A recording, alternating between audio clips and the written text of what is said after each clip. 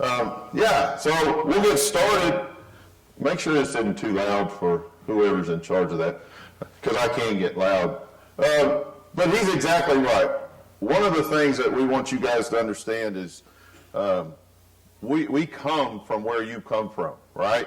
I was a 16-year-old kid in a place called Tomball, Texas, which was smaller than this town, had about 2,000 people. I went with my best friend after school to Pizza Hut. That was the only restaurant we had, and it was new, right? Dairy Queen was the one that had always been there. Y'all probably got something similar. And when it was time to pay the bill, my best friend Bubba, because everybody was Bubba but me, I was Clyde. I was the only Clyde for 500 miles probably. He handed the lady a card, and she was like, "Oh, thank you for your service, sir." And his after-school pizza was half the price of Clyde's after-school pizza. And I was like, "What the heck? What kind of card is that you have?" And he said, "Well, I'm a member of the Tomball Volunteer Fire Department." And I said, "Well, by God, Clyde will be a member of the Volunteer Fire Department too before this day is over." Right? Because I was a 16-year-old kid who liked pizza. I didn't even know what firemen did. I wanted to be the garbage man because they rode on the back of the truck. I thought that was pretty damn cool back then. Well, then I realized firemen ride on the back of a truck too back then. And girls like firemen way more than they like garbage men. And they give you half-price pizza. So don't think that we come flying in here from some big city and we're going to tell you how big city folks do it. That's how we got started. All right? And over time, it's just like anything else. Over time, if you have the opportunity to do it a lot, then you gain experience. And y'all know as well as I do, the fireground experience is almost better than any kind of training that you can get. You need to back it up with other stuff, but fireground training or experience is a huge deal. So what I'm going to try to do today is share some of these experiences with you, okay? Now you're like, "Well, I don't get a paycheck. I'm a volunteer. I'm a this, I'm a that." None of that matters to me, and it shouldn't matter to you. I'm a volunteer too in my hometown now, Belleville, Texas. We got Gary, he's 78 years old. We got Albert, he drives a wrecker. We got Clyde, okay? And a handful of other guys. Those tactics and those things are a little different in Belleville than they are in downtown Houston. But public expectation is the same. And that's what I want you guys to bring out of this. I'm going to show you stuff. I'm going to talk about things. And some of it you may be like, "Well, we can't do that. We're not going to do that." Whatever it is, that's okay. I'm not trying to bring you into my world, and I'm not trying to bring my world into yours. But what I want to do is share some stuff with you and share the ideas and share the purpose behind them and get you thinking in a direction. Maybe we can't do this, but man, I like the idea of that. How can we make that a work for us, right? So those are some of the things we're going to talk about. This class is... This is what I call it. My wife's a lot smarter than me. She's renamed it, but she hasn't changed this slide yet. So this is how firemen think. It's not aggressive, it's just doing it right? Because everything's aggressive this, aggressive that, aggressive this. And I had a discussion with Steve Robertson. He's going to be in the area. I saw a flyer for it at the fire station. Great guy from Ohio. And he's like, "Clyde, I'm so tired of hearing aggressive this, aggressive that." He said, "Isn't that just what we're supposed to be doing? Aren't you supposed to be aggressive when you show up?" You should be, because I want y'all to start thinking not that's their problem. I want you to start looking at it like if it were my problem, right? Look at these things we talk about today. That's not just some random person that you don't know that you're responding to. Put yourself in their position and see what they would want to show up at their house, because that's how we need to look at things. Yeah, that's not our house burning, but we need to look at it like it's our house burning. Because if you start doing that, you're going to start seeing things in a very different light. You're going to start understanding that, man, yeah, this was just a cool thing that we're going to take pictures and high-five at in front of, and we're excited as hell to go. But to them, this is a big problem. And this is the worst possible thing that's ever happened to them. And that's how we got to start looking. And I call it the 5 percenters. I was going to call it the 1 percenters, but have y'all ever Googled what a 1 percenter is? If just go ahead and do it, and you'll notice why this is a 5%. Or 1% has something to do with the Hells Angels and the Banditos, and they take that stuff real serious. So I was like, I ain't even gonna step on that, because there'll be one guy in the back somewhere that I go to, and he's gonna be like, hey, and I don't need that problem, right? So it's about being the 5%er, because I promise you, no matter where you're from, you know you got 5% of your folks who are at this level, and then you got this other group that's way over here at this level, and we all have different levels, we all have different skill levels, we all have different things, but how can we start working into the 5%? And most of the responses that we go to, 95% of them aren't that crucial, right? There's a lot of stuff we do that's just kind of fluff. They're happy you're there, but if you didn't really come, it'd have probably been okay anyway. But we're going to talk about this 5% of the time. Let me tell you a little bit about myself. I'm Clyde Gordon. I told you how I got started, right? 16-year-old kid who enjoyed pizza. When I was 19 years old, I had a friend that went to work for the Houston Fire Department. I was going to college. My dad was an attorney. I wouldn't do it. I was never going to be an attorney. I was not that guy. But I was trying. And my parents, obviously, they wanted me to go to school. That's what they wanted me to do. But it just wasn't quite for me. But I loved being a volunteer fireman. And then I went to paramedic school because that was cool in my hometown. It was cool to be a paramedic in my hometown. I was one of the youngest in the state of Texas. So my buddy called me and said, man, the city of Houston is hiring. You need to come down here. This is a great place to work. He was a firefighter EMT. Well, I went in as a firefighter paramedic. I will tell you there's a significant difference between being a paramedic in Tomball, Texas, a population of 2,000, and then a paramedic in the city of Houston 3rd Ward population of 3.5 million. And a lot of people that I didn't know anything about. They didn't look like me, talk like me, nothing. It was completely different. I was taken out of one spot and placed in another. Man, it was real foreign to me, but I got this huge amount of experience, and it was a good experience. Now I'm the district chief in downtown area. When you look, if you were to Google Houston and look, you would see the high rises and stuff. Basically, this is my territory, this top left picture. I go from an 800 square foot, what we call a ward. Wards were voting districts back a long, long time ago, and most of those areas now are just lower income areas, very highly populated. Lots of 800, 1,000, 1,100 square foot shiplap homes. And then I go all the way up to several million square feet of high-rise commercial and residential. The nice thing for me in being a chief is all that is a lot of diversity there. I get to do a lot of things. I get to see a lot of things, and I have to kind of be on my toes because I may be at this one little house fire.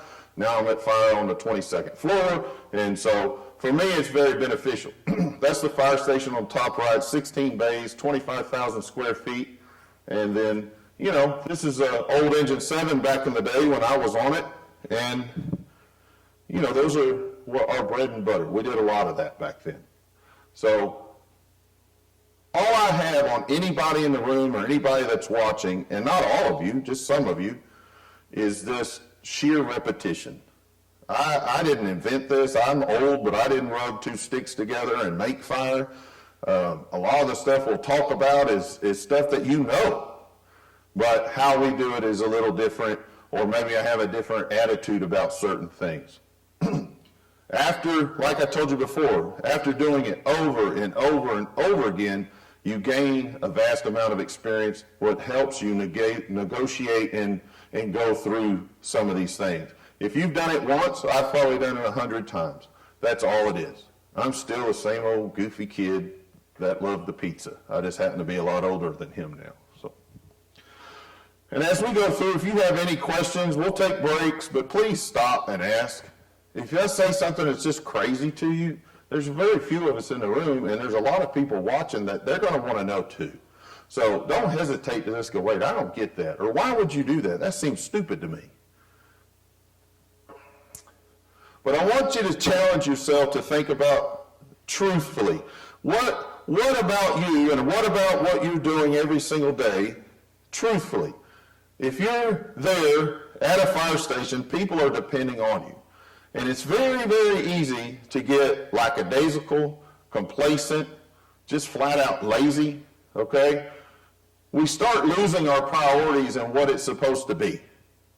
And we need to refocus on that, on what we should really, truly be interested in. It's not what the next episode of Yellowstone is, which it's a benefit, right? That's a benefit to what we do, that we do have some downtime and we can watch some of these shows and everything else.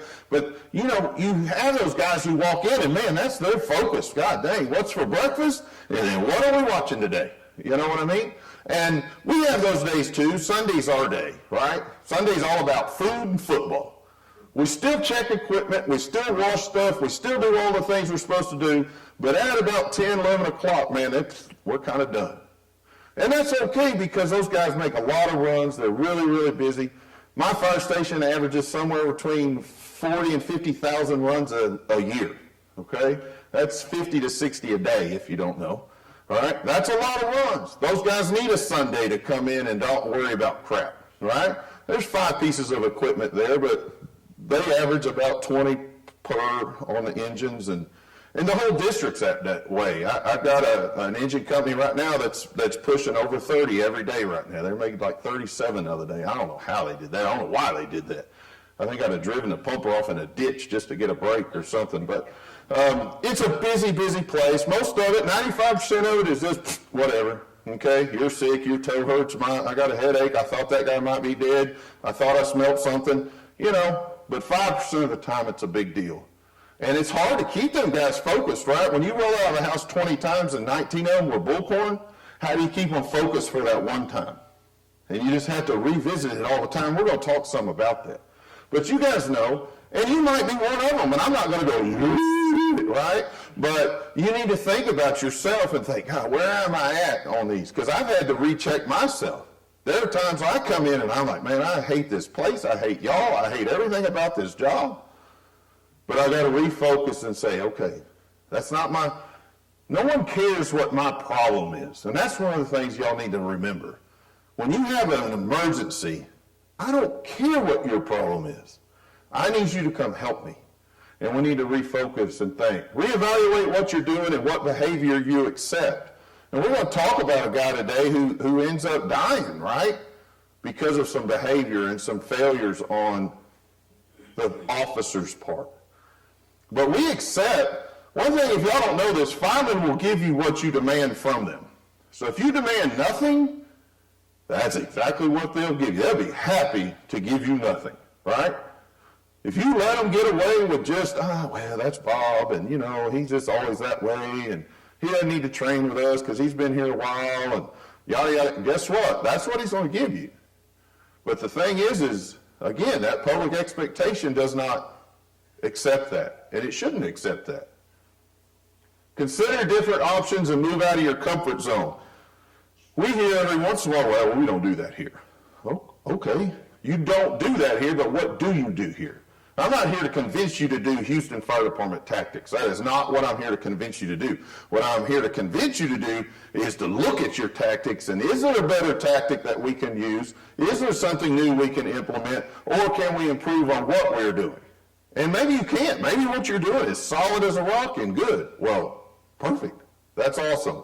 But firemen don't like to look at themselves, right? We like to just roll along thinking that everything's good.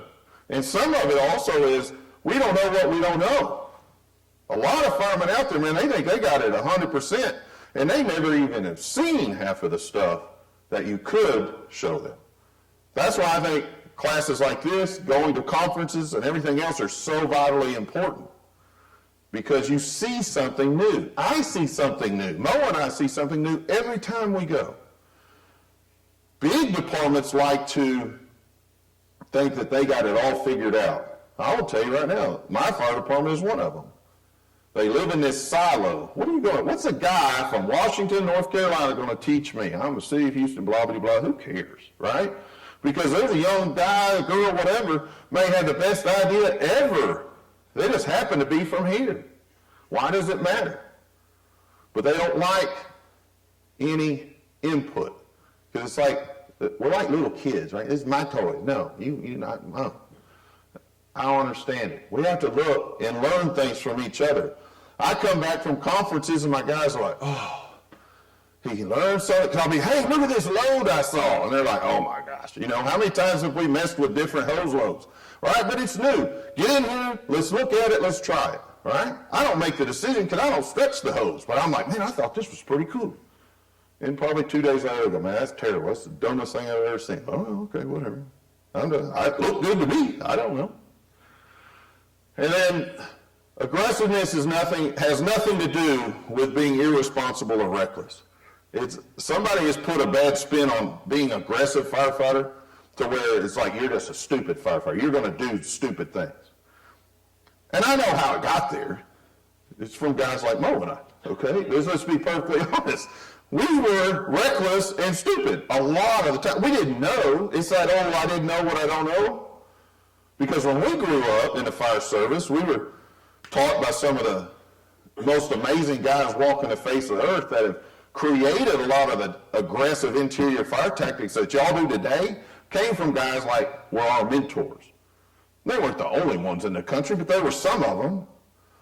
And they made all of these wood frame, shiplap houses that were raging, and basically it was a big burn pile, right? So you needed to protect yourself from a lot of radiant heat. We didn't have all these rapid fire events and flashovers and all that like we do now. We didn't have all that black smoke. Most of them were well ventilated, raging. You could see them when you left the house. You could see the glow in the sky. So we protected ourselves from radiant heat, right? So Clifford Reed made this big hood. It's built just like the coat, just like the coat. So the guys in New York says, man, y'all wear a coat on your head? Yeah, we wear a coat on our head because that's the hottest part. It's the highest part. So we'd wear this big hood and we'd walk through there because we weren't crawling. It's faster to walk. And when your head's not burning off, you can walk. But if one was good, then what? Two has got to be better. Right? Two's got to be better than one. So we'd sneak another one in there and put that one on. This is where the dumb and reckless starts coming in, right? And that was cool because, God, dog, man, I couldn't feel nothing. I couldn't move my neck. I had to look at everything like this. But, man, I felt no heat on my head. But then we'd be going through and the air pack would go and hit the ground because back then they had old nylon straps on them. You'd melt that sucker clean off. Well, see, we improved Scott here.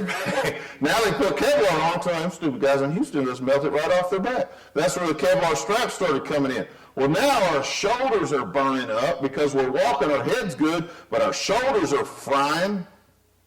So you had this guy at the station, old Joe, been there a long time, since 1972, right? Old Joe come in and say, hey, man, kid, let me tell you what you do. When we go to the academy next week, there's a bunch of old coats laying around. They ain't no good no more.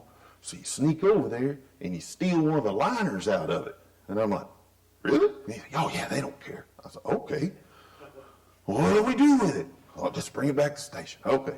So Joe, he said, all right, come over here. Get some scissors. And we cut the arms off about here and make it like a crop top shirt. And you stuff that in your coat, too. So now you got double hood and double liners. Man, I'm like bulletproof now. So now we're walking in there, fire everywhere. We don't flow no water until you see orange wrapped around your head. But now your hands are burning up. Burning up, man. Joe, man, my hands, God, dog, that stain tore me up. Let me tell you what you do. Man, old Joe's helping me, right? You go to the Army surplus store, okay? They sell pilot's gloves. What's a pilot's glove? Oh, it's thin, it's made out of Nomex, and it's real slippery. So you put that one on, then you shove your hand in your fireman glove. Now you got double glove, double liner, double hood. Man, ain't nothing going to stop us now. And we did that. And if it really got bad, we'd cut a sweatshirt off the same way we cut the liner. So you'd have a t-shirt, sweatshirt, double hood, double liners.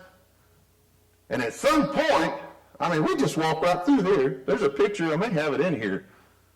There's three guys on basically a front porch looks just like that, but if you look real close, there's a fourth guy. You can't hardly even see him. And why he's covered up in fire and they're not spraying the water, I don't really know. But you got to at least appreciate his guts, right? And that was Clifford. And probably what he was doing was testing gear. Because back in the day, they would send him gear, and he would do stuff like that. Not because he just wanted to be stupid, but because he wanted to test the survivability for firefighters. And he'd burn it all up. He'd have temperature gauges on his arms and stuff, and he'd say, man, your gear sucked. It burned up at 672 degrees. And they're like, God dang, man, what are you doing in that stuff? It's not even supposed to be there. Oh, we thought we were firemen. So aggressiveness kind of took a crazy turn. Now, what we did do is pull a lot of people out of burning houses that people never thought we'd even get into. So for the victims, it was a good thing. But then we had a shift about 1992, 3, somewhere in there. Fires became a little different. They weren't so much like this anymore. They were more what you see today. And Ruben Gomez was the first guy for a long, long time to die in a Houston Fire Department inside a burning structure. Flashover killed him. And we were like, whoa, what was that? And then it started heading downhill. Because what had happened was these real aggressive tactics, we weren't real smart with what we were doing. We just had big huevos, that we threw over our shoulder. We weren't afraid of nothing. No one ever told us that we'd get hurt or killed. And we were going in there pulling people out. Man, we were the best firemen on earth. But then the fire ground changed, and we didn't change with it, and we started killing firemen. We've lost 21 guys to that in the last about the same number of years. So there has to be this balance. There's no reason for you guys to be reckless and irresponsible. You can be very aggressive yet educated. There's a lot of people out there teaching you about fires now. No one ever taught us about fires. Our signs of flashover was hot getting hotter, dark getting darker, and rolled over on the ceiling. That was it. That's what I learned. And I saw every single one of them multiple times. The only problem with those three is what? You're interior. You're in the flashover, and you go, man, sure is hot in here. It was dark. Man, did y'all see that? That was cool. Ah! Now we're on fire, right? Thank God I got double liners, double hoods, and double gloves. We got to be smarter than that. So don't get lost in what I'm going to tell you. There's also different skill levels. I don't go home to Belleville, Texas, and expect those firefighters, Gary, to be the same firefighter I expect from my guys down in the wards. There's a different experience level. But I do expect the outcomes to be very similar. It's just sometimes we have to adapt them to what you have. And this class is a lot about that. I roll out with 4 on every apparatus every single day, 4. You may roll out with 2 or 3. Most of the country rolls out with 3. How do you make 3 look like 6 when you need 12? We'll talk some about that. Because, again, public expectation is the same. They don't care that you only roll out with 3. They don't care that you need 12 and only have 6 guys there. You got to make it look like you have those 12 because they need you. So we'll talk about that. What's it like being a 5%er? How do you become a 5%er? How do you maintain being a 5%er? One of them is just your pride and your performance. When we walked in that fire station, I told some of y'all, I was like, we're staying at the fire station. I'm like, oh, Lord. Because some fire stations, I don't want to stay in, right? You don't want to be in there. And I was like, man, I sure like Hilton hotels, and thinking in my head. But as soon as I pulled in the driveway, I was like, oh, no, this is going to be all right? This is going to be okay. Then I walked inside, and I was like, man, this has upped its game even 1,000,000 times because I know what fire stations are like, and that's a fire station. I could feel them old dudes in there. They're still roaming them hallways, right? Y'all got pictures all over. Your history is there. That's your pride, right? Your pride in where you came from. Those old guys hanging on the wall, they created what you have here. And that's something that we can never, ever forget because that's a big, big deal. When we go somewhere and it's an outstanding fire department, one of the things that always shines through, and that's their culture and their pride in their culture, every single time. They get it. They take care of the old guys. They have old stuff around. They make sure the trucks are clean. Everything about it, you can just see it. When you go to a station, they don't eat together. They all have individual rooms and everything else. You walk in, it's basically empty. There's nothing hanging on the walls. There's no pictures. There's no anything.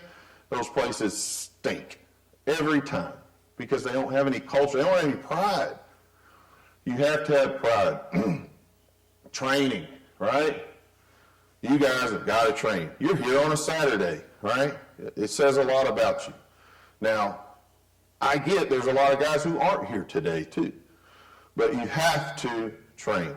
And you say, well, God dang, I'm here every Saturday. Well, that's fine. Share that with people you know. Share that with a guy who's not here. Next time, try to get one of those guys to show up. Come with you. Because you have to keep updated on this stuff that we do. You have to have the heart for the job. I came in the fire department when there weren't girls in the Houston Fire Department. There was a handful of them, right? And it was a big deal when we started hiring girls, okay? I never cared. It didn't bother me a bit. As long as they had heart, right? Because I didn't look at them like, oh, well, you're a girl. Because I knew a lot of dudes who were not worth a crap, right? Let's be honest. Well, she's too small. Well, look at him, right? Well, she can't do this, she can't do that. Well, he won't even try to do it. We know he's a turd, right? So it never mattered to me. As long as you had the heart. If you showed up with the heart of a stallion, you wanted to do the job, we're going to find a place to fit you. Had a girl 4'11". 4'7" is legally a midget. She's 4'11", okay? She ain't much taller than a midget. She's that tall.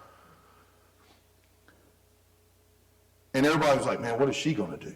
I was like, I don't know, but we're going to find a spot for her, right? So I always paired her up with a big dude.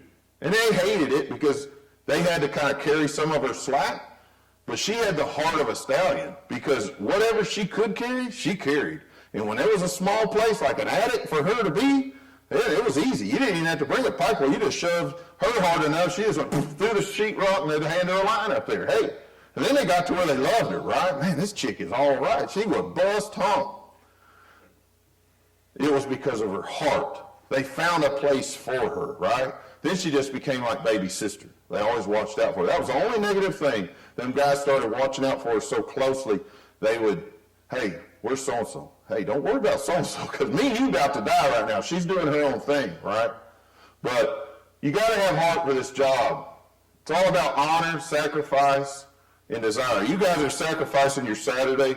We're going to sacrifice things to do this job. I've sacrificed my back. Mo's sacrificed plenty. It's just part of it. And it's okay. This job is inherently dangerous. Whether you're getting a paycheck or not, I'll say job, but y'all know what I'm saying. It's inherently dangerous. And you're going to sacrifice time with your families, body parts, everything else for it. But if you have the heart for it and the pride and everything else, it makes it worth it. If someone had gotten to me when I was a 19-year-old kid joining the Houston Fire Department and said, hey, you can go sit in this cubicle over here and you'll live 10 more years than you will being a fireman. And I could see what the fireman lane was going to be like and I could see what the cubicle lane was going to be like, I'd have picked fireman all day long. I don't care. I'm going to get old enough to where it ain't going to matter no more. But the stuff I've been able to do, the impact I've had on people's lives, the friends that I've had, and now the blessing of being able to do stuff like this far outweighs any dollar amount or anything else I ever could have done. It's the best thing that's ever happened to me in my life. You know these guys on the top, right? These people had no earthly idea that this was going to happen to them today. Either the people hanging from the windows. Who hangs their infant baby girl from a window like that? Only people who are about to die. Those people are probably dead. They're behind burglar bars. They're hanging their baby out of a window, hoping and begging someone's going to come and help them. Imagine that's you. Hey, go to Charlie's side with a ladder, right? So you grab the 24-foot, put it on your shoulder, you grab a saw and a hook, because that's what y'all do. And you're bebopping around a corner, and you see that little baby hanging from the window. They need a 5%er right there. They don't need no Bob who's there. We don't need that guy. We need that guy who can shoulder that ladder, come around the corner, and go, oh, God dang, and throw that ladder by themselves. Well, you're not born knowing how to do that. That's something you have to work on, and you have to have the heart to be able to do that. That's who they need. This guy up here in top right, he was drinking coffee probably 15 minutes before that happened, griping about the mayor and pissed off at so-and-so, right? Or the A shift didn't mop the floor or something. And then all of a sudden, boom, now he's on the tip of a ladder holding his kid by his ankle, That kid, he didn't care what that fireman's problem was 15 minutes ago. He needed a 5%. He really needed a 1%, but I don't want to get my butt kicked. But imagine, that's what you're here for. This is what I'm talking about. When I start talking about the 5% of the time, 5% of the time, ladies are going to have babies whether y'all show up on an ambulance or not. People are going to wreck their car out here and, oh, my neck, oh, my back, oh, my neck. If you show up or don't show up, they're going to figure it out. But these people right here have no option but you. That's what you need to go. When you're like, man, I'm so sick of this place. I hate this fire. I hate our fire chief. I hate this. Remember, that's who you're there for. And that's where we've got to keep our focus. The 5%er knows your purpose, the meaning of sacrifice. And they place themselves before others. That's the key. It's been a big push over the last 15 years. Firemen first, firemen first, firemen first. I never want to injure my people. Never. Never want to harm one of my guys. But I also understand that you signed up for something to volunteer to get paid. And the day you signed, you decided that you would place yourself ahead of others. Place others ahead of yourself. And that's crucial to always remember. You shouldn't be reckless and hurt yourself, but you got to understand that you are there. And you guys get it. It's Christmas and the ding, house on fire. Man, I love y'all, but I got to go. Okay? You just place those people's problems ahead of yours. And that's what we do. You must be able to take acceptable yet maximum risk. Okay? And the 5%ers, the 5% of the fires, the 5% of the responses, you must be willing to place yourself in harm's way. You must be willing to accept risk. The guys who don't do well in this job are like, no, I got to be first. That's not what we're here to do. This young infant does not want that person there.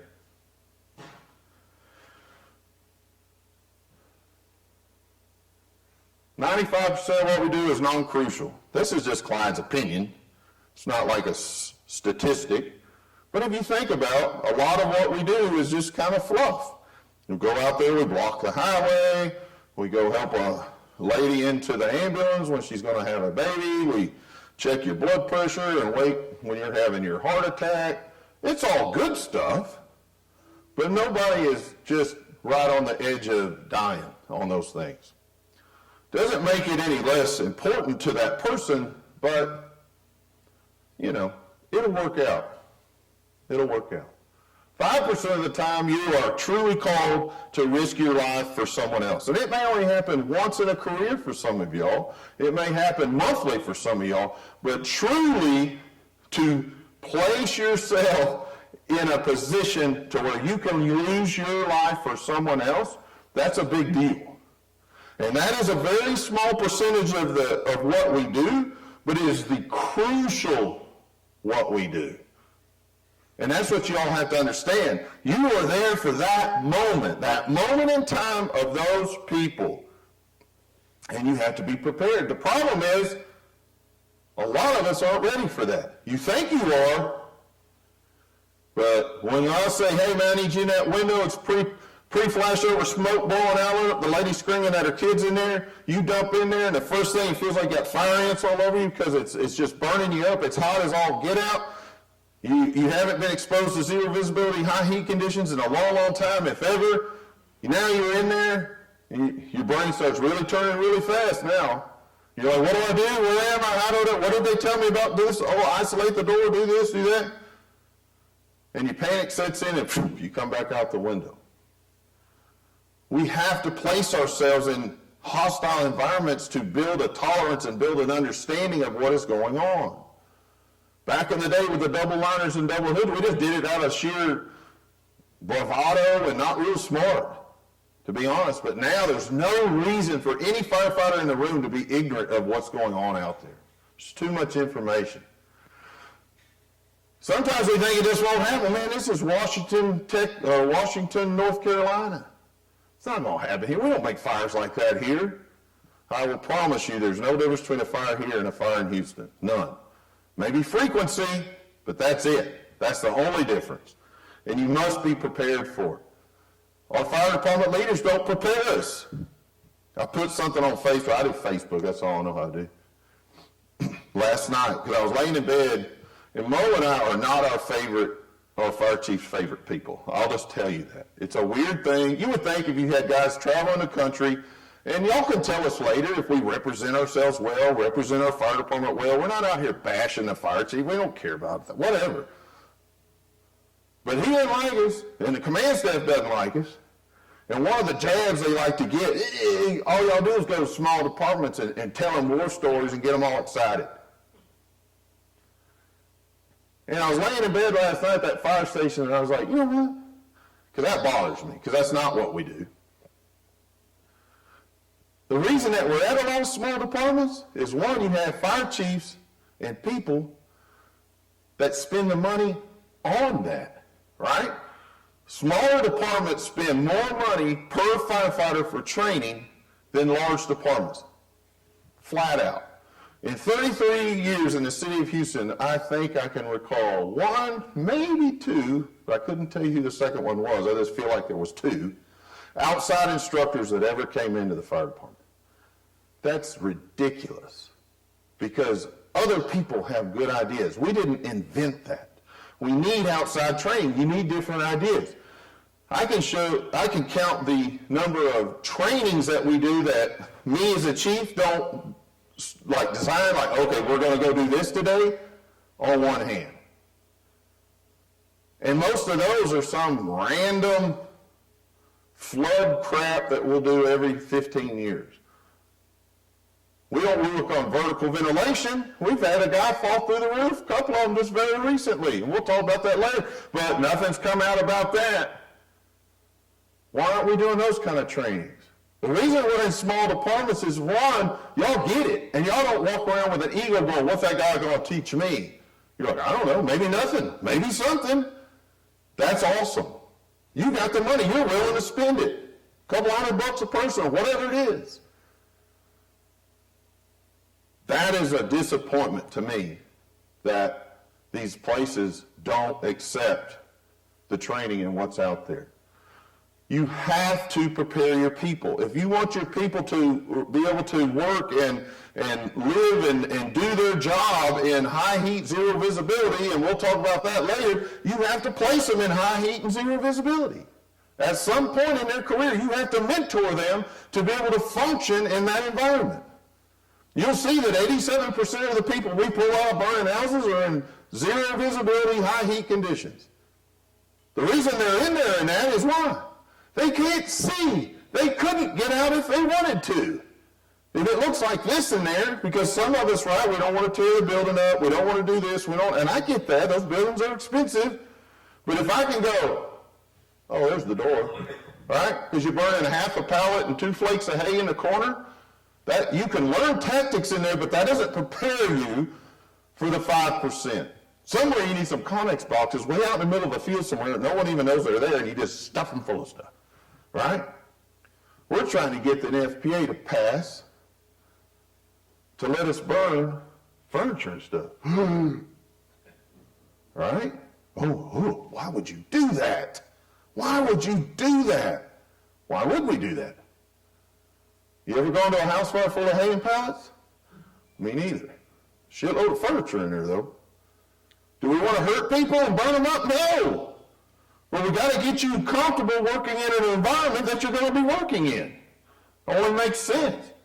If you're going to be working at a bakery, but I don't teach you how to bake nothing, that doesn't make any sense to me.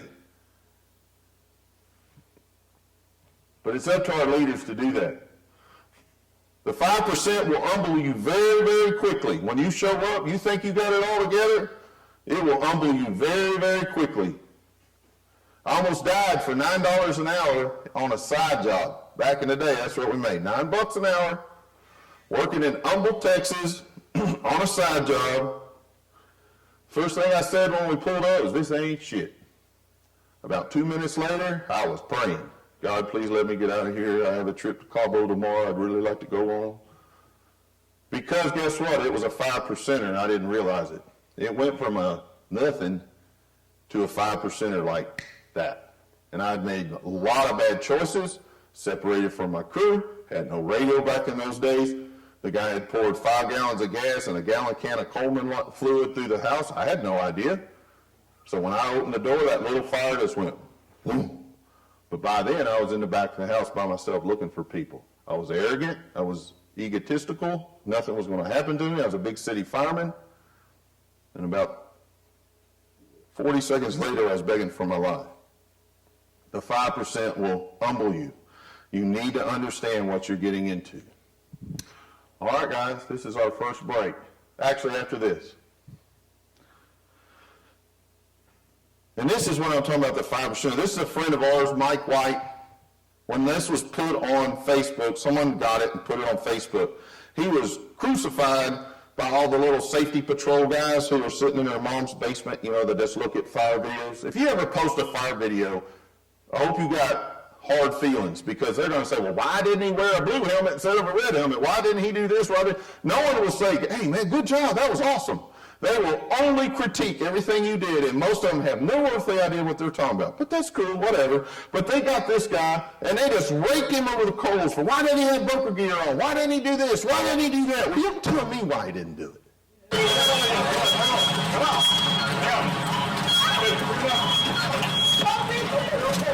Are you sure?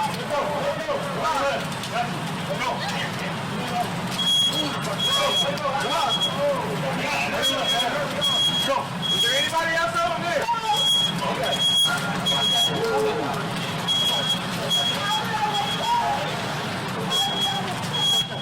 How did I wake up? Can you verify this box one? Oh my God. Hey!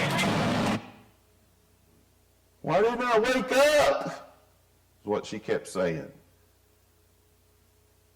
What was her next option if Mike wasn't there?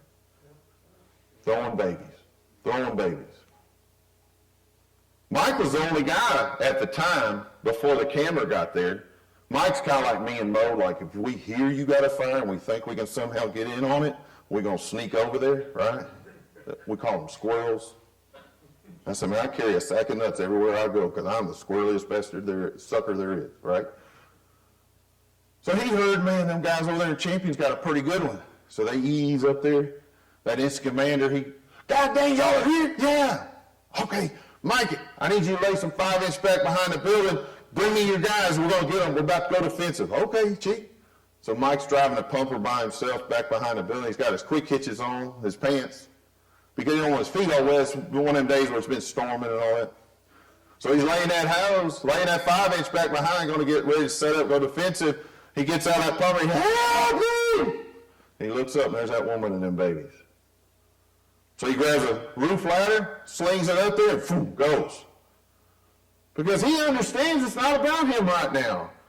And he also understands that the fireground's not just going to get you, right? It'll hurt you, and it'll kill you, but it's not that way. And he knew, man, I got to get these babies off here. This woman's about to throw her children off of this porch.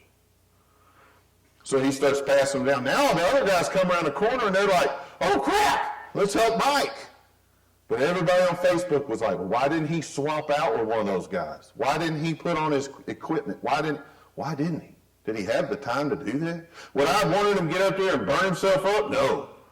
But was Mike okay with getting an ember down his shirt and him going, God, don't have blisters on his back? He'd be fine. And those are the kind of performances that we need to push and show our people. This is the kind of stuff I need you to do. I don't want you to do it recklessly, but this is what I need you to do.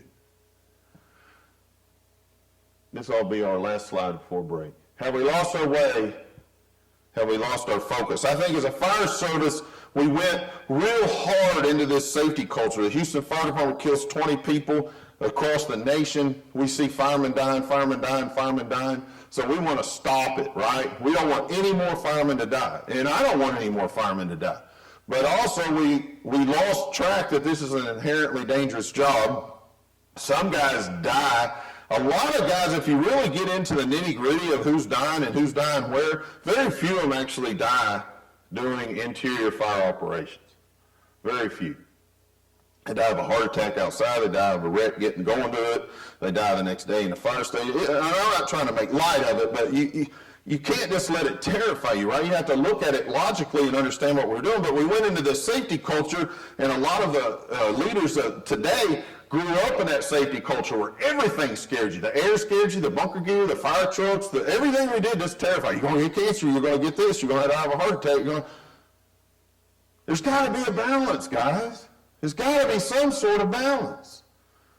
And that's what we lose our track on what we're doing. Survivability profiling, dumbest thing I've ever seen in my life. You're telling me you can make a decision if I'm to live or die from the cab of the truck?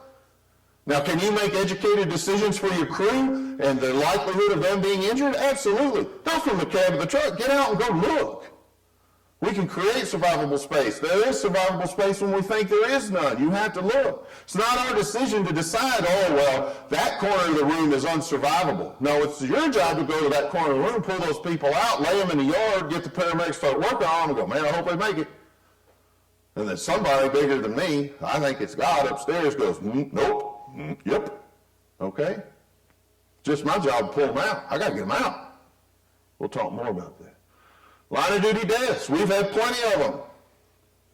But what we can't do is allow that line of duty death to say, well, we'll never go interior again because Bob died doing a search on a vacant building.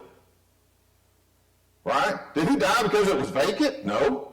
He probably died because of a failure somewhere in our tactics or our system or our training of Bob. There's few times where the world just comes to an end, right? 9/11 is a good example. Those guys, none of us would have done anything different. Those buildings just came down. No one could have ever seen that happening. But most line of duty deaths, and I can talk about the ones I've experienced, most of them you can trace back to mistakes on the fire ground. That may not be the only reason that this line of duty death occurred, but basically they're like dominoes. Everybody brings a domino. We set them all here, there, and wherever. But sometimes we put them in line, 1, 2, 3, 4, 5. Then my domino falls over, which knocks yours over, which knocks yours over, and this chain occurs, and all of a sudden you have a line of duty death. You had a guy driving, he couldn't get water on the fire, which delayed the fire attack, so the truck went in anyway and started their search above the fire. Then the guys got lost interior. It got real bad on the second floor. We didn't have any vertical ventilation working. All of a sudden Bob gets separated. See how those things happen? It really, none of them individually would have mattered, but somehow they fell into a line. Well, you learn from that. You figure out what happened to Bob. You figure out those things, and you change what you can change. You train on what you can train on, and you make it so Bob is honored and no one else goes through that. You don't say, well, we'll just never go inside again. That's not what we do. Outrageous policies and guidelines. You know there's fire departments in this country that have no entry policies? You will not make entry unless there's a confirmed biofigma or the fire's under control. Not going to do it. Not going in. This young girl, Holly, she lived in Utah. She was 11 years old. I don't know why her parents left her alone. They did. They went out for the evening. That fire department had a no entry policy. About 9 o'clock at night, that fire is burning. Half of it's burning. 50% of the firehouse is involved. The neighbor comes out and goes, don't worry, don't worry. I saw the van pulled away, the family van. No one's in there. Okay? So because their fire chief said that's what they do, they take a no entry policy, guess what happens? Minivan pulls in the driveway. Oh my God, Holly! What? Where's Holly? She's in there! So the guys fought zero visibility, high heat conditions to pull her dead body out. Wasn't afraid to go. They would have gone, but that policy was keeping them out. And for the fire chiefs in the room, y'all could tell me, that fire chief didn't write that policy to kill Holly. He wrote that policy because he wanted to keep his firefighters safe. But that's not how you keep firefighters safe. Just because I give this young man a piece of paper that says, hey, don't get hurt the next fire you go to, okay? Got you. I'm covering you, right? It doesn't mean nothing to him. It means nothing. Probably put him in a worse position. What I need to do is say, hey, man, I don't want you to get lost when you're doing a search, so for the next 6 months, we're going to spend a lot of time doing searches and zero visibility. You're going to be so comfortable with that, you'll be okay. Maydays, everything else. Reduced training budget, being too complacent. If y'all know Captain Danny Dwyer, y'all heard of him? He's from Atlanta. went in. He was on a tiller. He was an officer on a tiller. They got 2 drivers on the tiller. There was only 3, right, on that truck. Well, the captain's dressed. Danny's ready to go. The 2 drivers, they got to get out and get dressed, right? You can't drive with bunker gear on. So they give Danny the assignment of primary search. It's a lot of fire. This is a good fire. He gets to that front door because he did exactly what I would have wanted him to do. I don't want him to overcommit, but I want him to search right there. That means of egress. That's something you can do all by yourself. He gets there and he's like, God dang, she's right there. So he goes, boom, starts pulling her out. Fire gets worse. The engine company got screwed up. The push wasn't any good. They didn't get no water on the fire. Looks really, really bad, but then he gets the lady out, himself out. Everybody's fine. No one's hurt other than the lady. She did pass. And they fired him from the Atlanta Fire Department because he had broke the 2 in, 2 out rule. That's not how we do business. We'll talk about that 2 in, 2 out, because that's not what we do. This is what I believe. This is Clyde Gordon. Our true purpose is to place ourselves in harm's way to aggressively search and remove fire victims and create survivable space. If you want to separate what you do that's different than anybody else walking the face of this earth, to me it's that right there. If you make a fire tonight and the cops show up, what are the cops going to do? What's the first thing they're going to do? Somebody tell me. Park in the way. That's cop class number 1. Park right here. It screws up every fire truck coming in. Okay, got it. A+. Okay? The next thing to do is what? Break every window they can find. Right? I like picking on the cops. It's not because they don't know what they're doing, right? They want to get that victim out of that fire, do they not? But why don't they? Why don't they? They can't. They can't. When you pull up and there's a daddy in his boxer shorts out front, he's like this, oh, God, please help me. And the skin's hanging off of his arms. How did he get that way? He's been hanging in a window somewhere trying to get his kids out. If you woke up tonight, heaven forbid, and your house is full of smoke, you're going to the kids, guaranteed. You might give mama the, hey, get up, right? You got to go. But you're going for them babies. If dad can't get them out, if dad's got skin hanging off of him, he's sooted up, he's black, he's in a pair of boxer shorts, and he's begging you, grabbing your door handle, yanking on you, trying to get you out of that pumper faster than you can get out. And the cops there going, he's out of here. Why didn't they get him out? Because they can't. If anybody could have got him out, Dad had got him out. Only you. And that's what y'all have to understand. That's the 5%. That's what you have to remember when you're tired of it, sick of it, lazy, want to lay around and do nothing. That's what you're preparing for every single day. Might happen once in a career, 50 times a career, I don't know. That is your true purpose. You can go in there and pull people out of these burning buildings. You have the bunker gear, you have the training, you have everything. Your leaders have to prepare you for that 5%. They can't just throw you in a little bunch of bullcrap and expect you to do well. They have to prepare you for that 5%, because that's what separates you. I personally believe you've been chosen by God to be a warrior and a servant. I believe what we do is a war, and you go to war, you've been chosen to do it. You're here on a Saturday for a reason. God got me into that pizza hut. He knew I was a fat kid, and I liked pizza, and somehow he was going to turn that into me being a fireman and traveling the nation talking about it. That's what I believe. You believe what you want. I don't care. But this is what separates us from everybody else walking this earth, and you don't ever forget it. Let's take a break. All right, well, we'll get started back. So I hope you guys are starting to catch the drift of what I'm trying to put out there for you, right? It's about people. It's about placing others before yourself and being prepared for those critical moments. There's a lot of no's out there, right? I put the fire service no list. Everybody loves to tell you what you can't do. Don't do this. Don't do that. Don't do this. And their intent is the best. They want to protect you. They want you to be okay. But, take 2 in, 2 out. I mean, I understand the concept between 2 in and 2 out. How many of you ride with 4 on your fire truck every day here? Nobody raised their hand. No one. Okay? Well, how do you make 2 in, 2 out when you don't have 4 people? Because 2 and 2 is 4 last time I checked. So if you roll out and you're going to make a rescue, you have to have 4 people on location.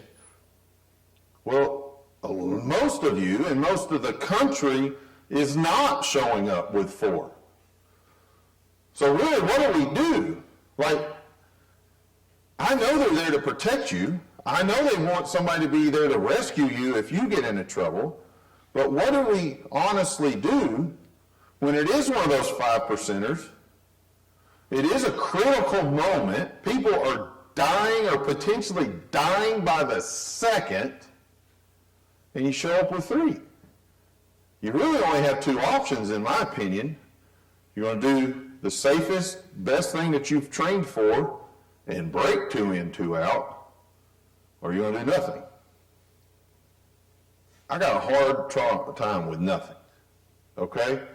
And we're going to talk about those areas there that you're working in that gray area, okay?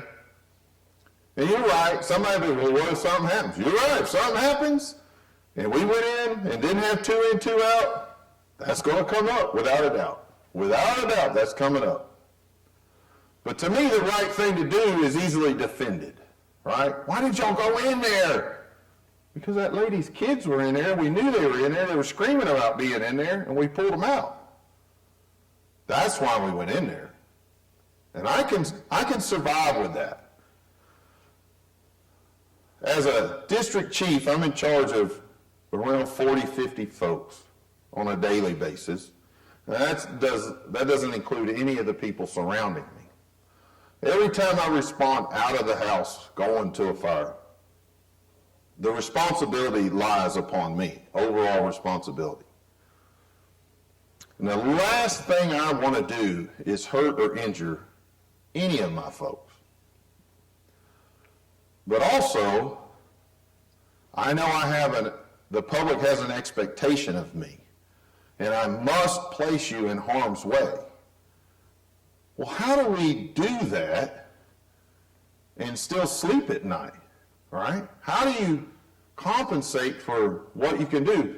One of the things that I do, and I know Mo does, like I don't sit in my car and run fires, unless I just absolutely have to. Some of them get to a complexity level where I got to kind of isolate myself. But your average house fire, whatever, I'm in the yard with you, right? I'm not pulling hoses, but I step back. And one of the things I'm going to do is, as you come past me, I'm going to go, hey, man, I need you to get to that second floor for me, okay? Because one, I'm going to look into your eyes, and you're going to look into mine. And I'm going to see that you're comfortable and confident, and you're going to see that I'm comfortable and confident. But also, in the big scheme of things, if I potentially send you to your death, you're going to walk past me. I'm not going to be hiding in a car somewhere. We're going to make that connection, because the fire service is about connections and relationships. But we have to place ourselves in harm's way at times. We were speaking in Florida, and I gave this class, and I was talking to the group, and this one guy was like, how many do you respond with? And he was like, me? Holy cow, Evan, right? He's the paid driver. And sometimes somebody shows up, and sometimes somebody doesn't show up. What does Evan do when he pulls up and he's by himself? I said, what do you do, Evan? And I do the best I can. That's right. Because there are things he can do besides wait. Because I promise you, the public expectation, they don't understand the fire service. They just assume all of you get a paycheck, and 27 at least are going to show up every time it goes ding, ding, ding. They don't know. Or maybe they know you're volunteers, but they still think all these people are going to show up.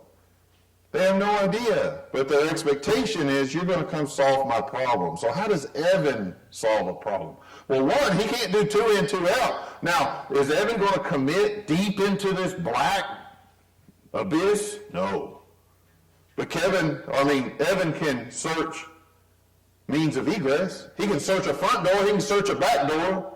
He can use alternate waterways like a deck gun. And we'll talk some more about that. No vertical ventilation. I know Mo was telling me that the guys here in Washington do vertical vent. Yeah, this is Blue Card. I'm not a huge fan.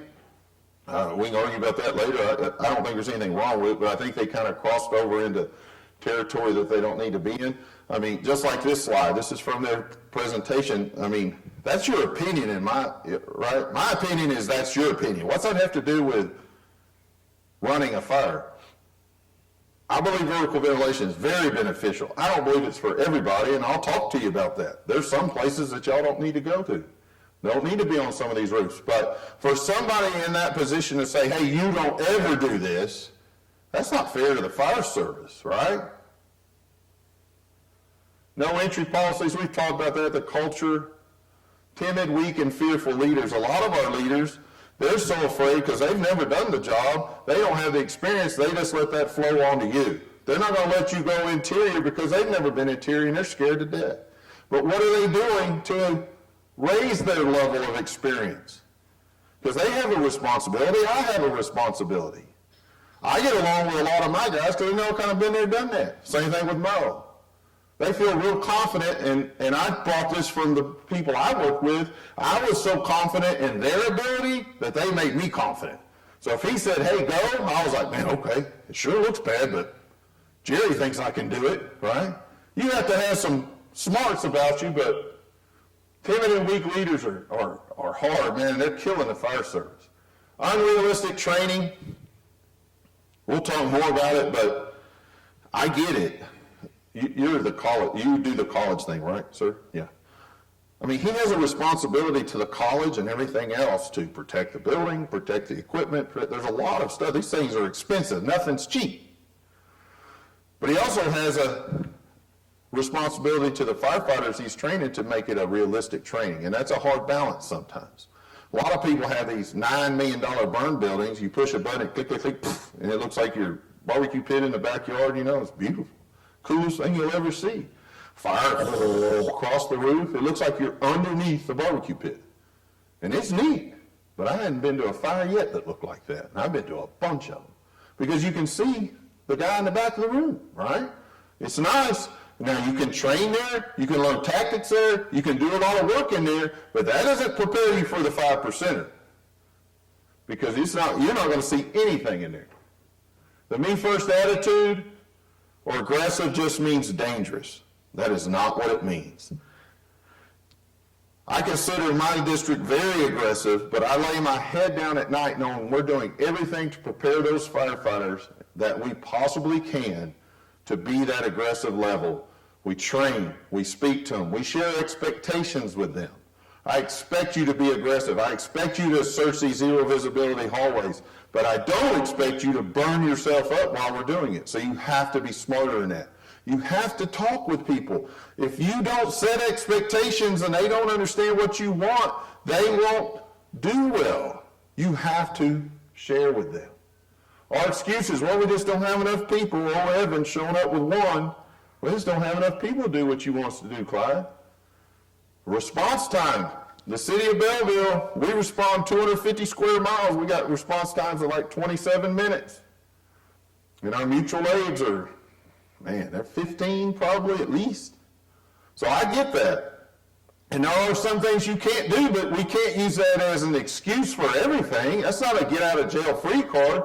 I understand sometimes if it's taking us 27 minutes to get to your trailer house fire, those tactics are going to be completely different unless it took us, as opposed to 2 to 7 minutes to get there, right? Decreased fire responses, conditions are just too bad. To me, this is a cop-out. There are fires where the conditions are too bad. I understand that, but people like to use that as a get-out-of-jail card, right? They step out of their car and go, it's too bad, fellas, it's too bad. Well, you haven't even looked to see if it's too bad. You're just taking a one-sided image and you're making a decision, right? Now, you may say, don't go on the alpha side, it's too bad. Let me get around to the back and start looking, but you have to look. 67% of the victims are found in zero visibility and high heat conditions. That's from the Firefighter Rescue Survey. Firefighter Rescue Survey, if you don't know what that is, look at it. If you pull someone out of a burning house, you have the option, it's voluntary, but you can put in, hey, this is where I found them, this is what they were doing, this is, there's a ton of information there, and then they just compile that information. This is from real rescues, from real firemen, and they start breaking it apart. And one of them is 67, basically 70% of the people we go pull out of burning houses are in high heat, zero visibility. And that's what we were talking about earlier. The reason they're in there is because they couldn't get out in the first place. So if you're teaching a guy and the visibility starts at about here, he can go like this and see Mo sitting over there. He's not prepared to pull people out of the 67 or 70% of the time that we're doing that. We have to place them in an environment with a mentor where they can be safe and we can go and say, hey, look, this is how you function in this zero visibility. Hey, this is dangerous heat right here. If we were in the downtown Washington today and we felt this, we need to be doing this, this, and this, right? There's education that goes along with it.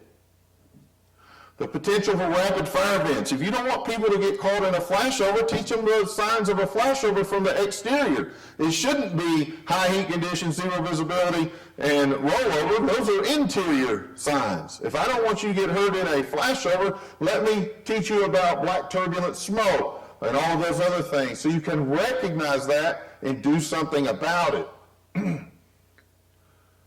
This is our favorite. We don't do that here. We don't do that here. Well, you want to see us spin off real quick, tell us you don't do that here. Like, what do you do if you don't do that here? Because what I'm talking about is going into burning buildings and saving people's lives. That's what we're here to do. And I understand there's different levels of that. And because of the experience levels and manpower and everything else, there's different layers of that, but you don't do that? What do you do then? You just drive around in parades and toot the horn for kids? Because you've got to do that. That's what we do. Even my small department, volunteers, right? I keep trying to tell them, hey, look, this ain't the good old boy system no more. I still got them guys, they wear this every time they show up to everything. Like, do you own bunker gear? I'm pretty sure we bought it. Could you bring it to a fire once? Okay? Because they're used to what? Grass fires? Man, they'll kick butt on a grass fire. Don't get me lying. But when it comes down as a structure fire, man, you need to bring some gear with you. Because me and this other guy are killing ourselves. There's 60 of y'all here and 2 of us that actually have bunker gear. That was the good old boy system. That don't work no more. Those people are expecting more than that. No one cares what your excuse is. They want your professionalism. No one cares that Evan only has one guy working with him. No one cares. That public expectation is you are going to show up and solve my problem. And that's what we have to deal with. Our excuses do not remove our responsibility to rescue people and protect property. Well, it's a long response time. We only got 2 guys coming, and this and that and other. You have to work in that environment, but it doesn't excuse you from what you need to be doing. Here's the go list. Look at these guys, right? This is what we have to do every structure fire we go to. We must search aggressively. We must. Now, some of them are not searchable when we arrive. I understand that, but you can create survivable space. Some of them just will never be searchable, right? The trailer fire that's been burning for 27 minutes, but the bushes around that are searchable. The area around that, there are places to search, and we have to search it. Remove fire victims, you have to do that. Overwhelmed fire conditions. And this is when we start talking about having a minimum manpower. How does, when you need 12 but you only have 3, how do we do these things? How do we search? How do we remove fire victims? How do we overwhelm fire conditions? How do we ventilate to remove toxic gases? That's what's killing your people anyway. The fire's not killing them, it's the gases inside there that kill them. They all die of cyanide poisoning. We have to have an accountability system. We have to have a plan. You must be willing to work independently. Ooh, what? What did he just say? I just woke up. How do you make 3 guys look more like 6 or 8? Because in our fire department, we are so used to having 4 on everything, we basically have these pods of 3. You have a driver, captain, 2 firefighters, and they do everything boop, boop, boop, boop, together, right?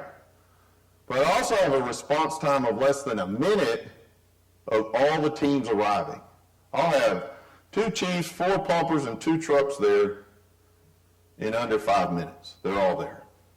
So that's real easy for me to go, hey, you're ladder 1, go to the roof. Hey, you're ladder 2, go to the search on the safe floor. Hey, here. And all 3 guys go here. All 3 guys go there. These 3 guys go there. That's easy for me. I got 750 people every single day that I can call to come help.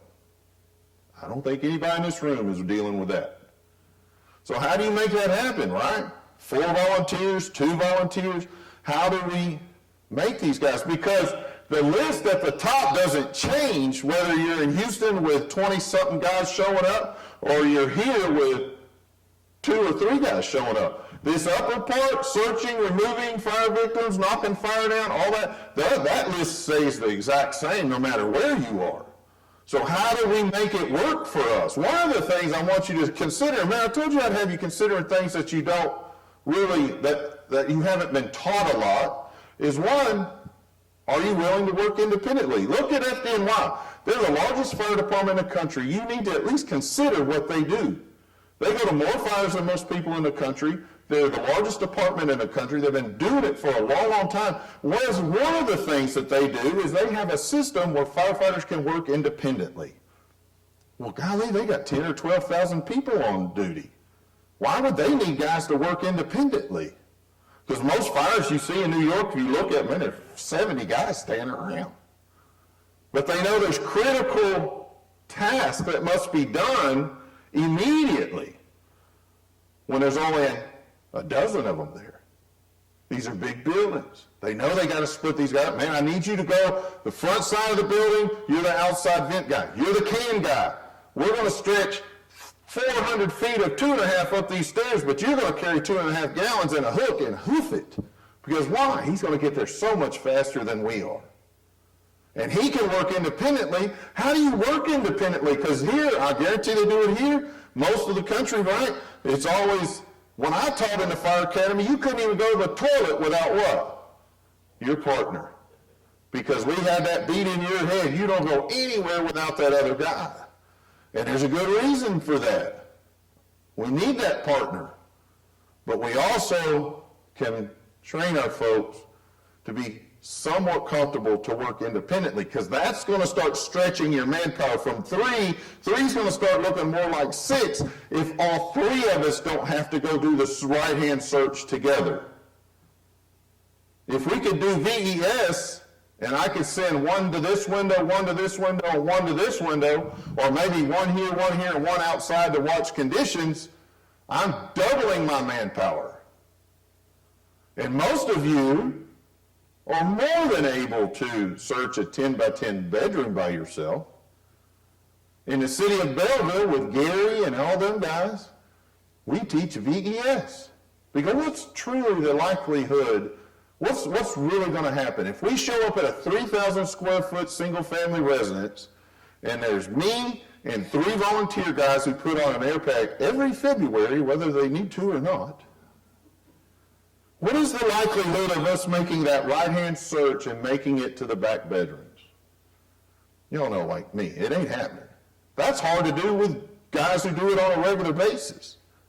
But can we get them over here to the back where the lady's going, my kids are there, my kids are there, and send them into that 1 bedroom? We can. Will he be all by himself? Mm-hmm. Because how many of y'all searched a bedroom? Kid's bedroom. Would you rather have 1, you, or 2 or 3 of you in there? If you've done it, you're going to say, just leave me alone. Because what happens when we put 3 in that 10 by 10 bedroom with the bed, with the dresser, with all the toys, with everything else? What happens? Clank, clank, clank, clank, clank, clank, clank. Why are you standing on my head? Move, will you please, right? You're fighting each other more than you're searching. So you can work independently and make things go. But if you'll notice, if you were to research, say, FDNY a little bit, how does that can man work? It's very specific what he does, what he carries, where he rides. It is a plan. You do this, and that's it. That's how you work it. Uh-oh. That ain't good. I think I hit an extra button. Okay. Shoot. All right.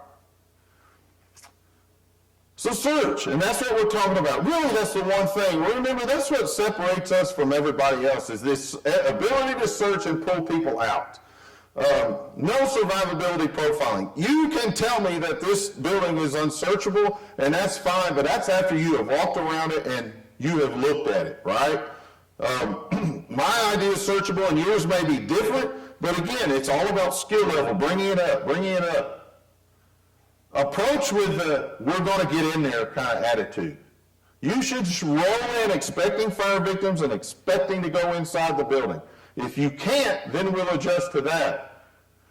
And then find or create survivable space. This is new, so I don't know how to work half of it. This bottom one, notice the fire on the office side. That front door currently has no survivable space and is not searchable, right? They need to create survivable space with that hose line. That's what it's going to do. If you like the UL or hate the UL or whatever, that's fine, I don't care, but I have a real hard time arguing with science. Science is like math. 2 and 2 is 4, and I don't care what you say. So when they prove to me that that line draws in fresh air behind it, the straight stream nozzle or a smoothbore nozzle, it starts retracting all that heat and gases back to the point of origin. While it does that, it cools the surrounding areas, a global effect. That's all very positive things if you're laying in there in your boxer shorts. Now, if you have a wide pattern, it's the complete opposite of that. You're going to roast those people. But those narrow patterns they've proven work. So you start creating survivable space on that alpha side, but over here on the right, these are going to be bedrooms. Those are searchable. That is survivable space for a fire victim. Now, would I do it if I just put on an air pack in February and didn't have someone there to help me? Probably not, but that's what we need to start training towards. Understanding how we can search these bedrooms without killing our guys. If you showed up with 3, what's an option for this? Could you send guys in through those windows to search that bedroom and still control the fire conditions? You can. There's more than just hose on that truck. And we'll talk in a minute about the drivers becoming involved. They must become involved. This is something that drives me nuts. And y'all might probably do it because most of the country does. And I'm just going to mention it, okay? It's about masking up. I'm going to watch a couple videos. So watch this top one. Think about this is your house burning, okay? Just imagine. Think about your house right now, okay? And then these guys show up. And just look at kind of how their body language.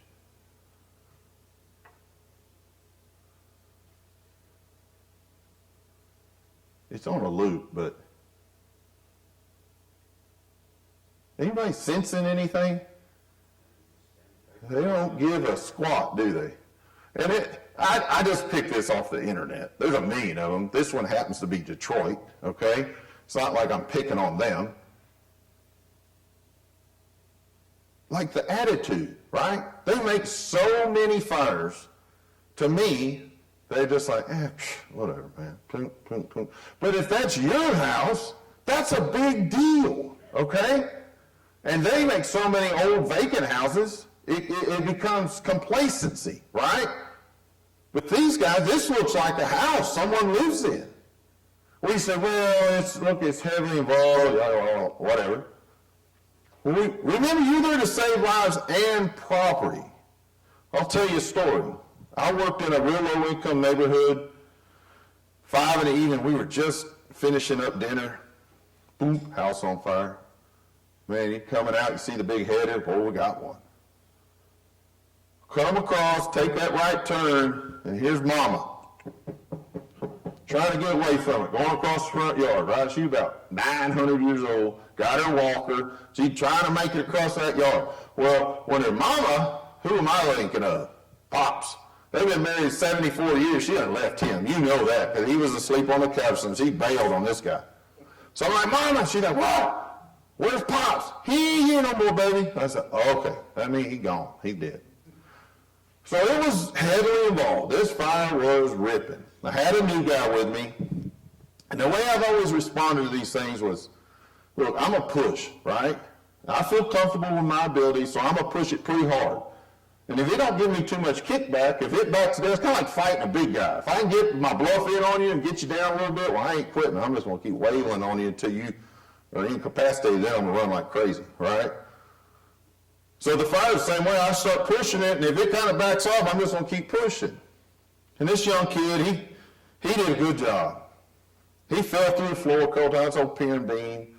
Of course, when you're a big guy like me, your feet get real sensitive to where floor joists are or not. When you step and it goes down, you go, oop, let me scoot my foot over a little bit. But when you're young and don't know, you just keep falling through. So I keep pulling him out of the hole. He's like, I'm burning to death. No, you're fine, kid. Just keep flowing the line, okay? So we flow and we knock the fire out. It was a good push. There was only one bedroom that wasn't burning, but there was black smoke that was boiling out of it. So I came out and, there's always critics. Man, y'all should have went defensive. You should have done this. You should have done that. I was like, man, you're right. It was on the edge. If I'd have gone defensive, no one would have said a word. I went in, but it worked our way. So there's a few critics. I said, hey, whatever. When it's your fire, you do what you want to do. Anyway, I went and talked to the lady. I take these things personal, man. In that neighborhood, these people don't have insurance. They don't have nothing. When they lose it, it's gone. So I went over and said, man, I'm just so sorry that we weren't able to save your house. She goes, baby, I don't care nothing about that old house. She said, but there are a few things I would like for you to go look for. I said, okay.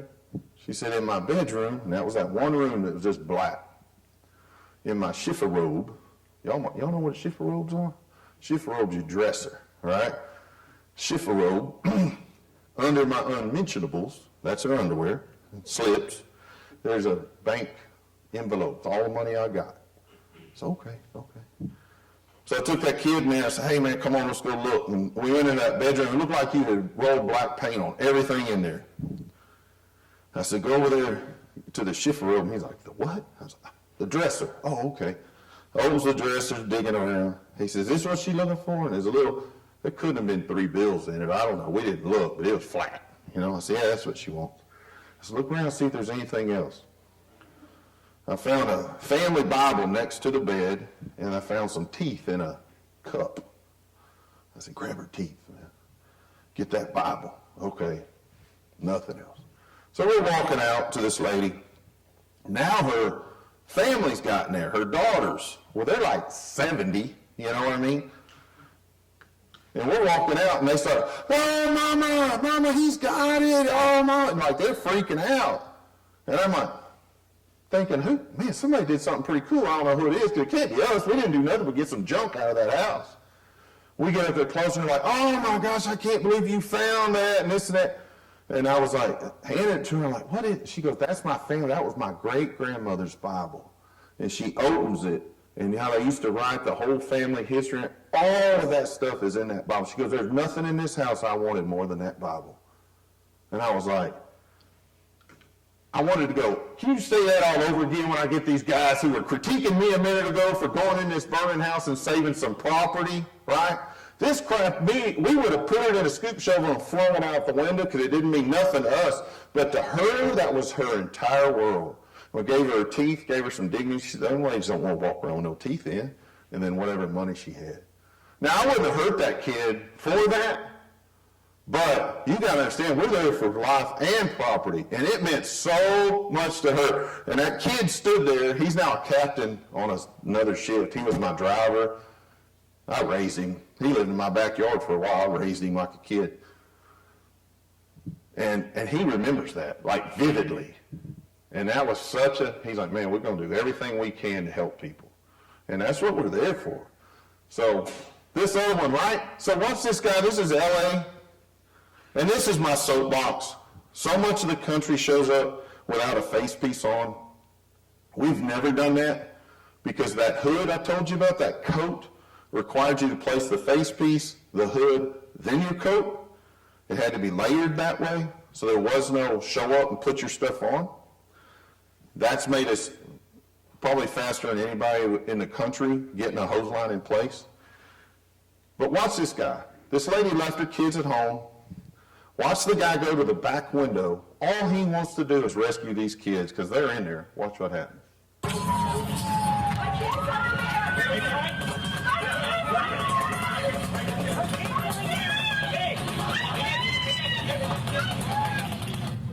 Now that's the sound of the mom you heard right there See, just before 11 o'clock last y'all see him go in and She come told back out? firefighters She had briefed. Watch.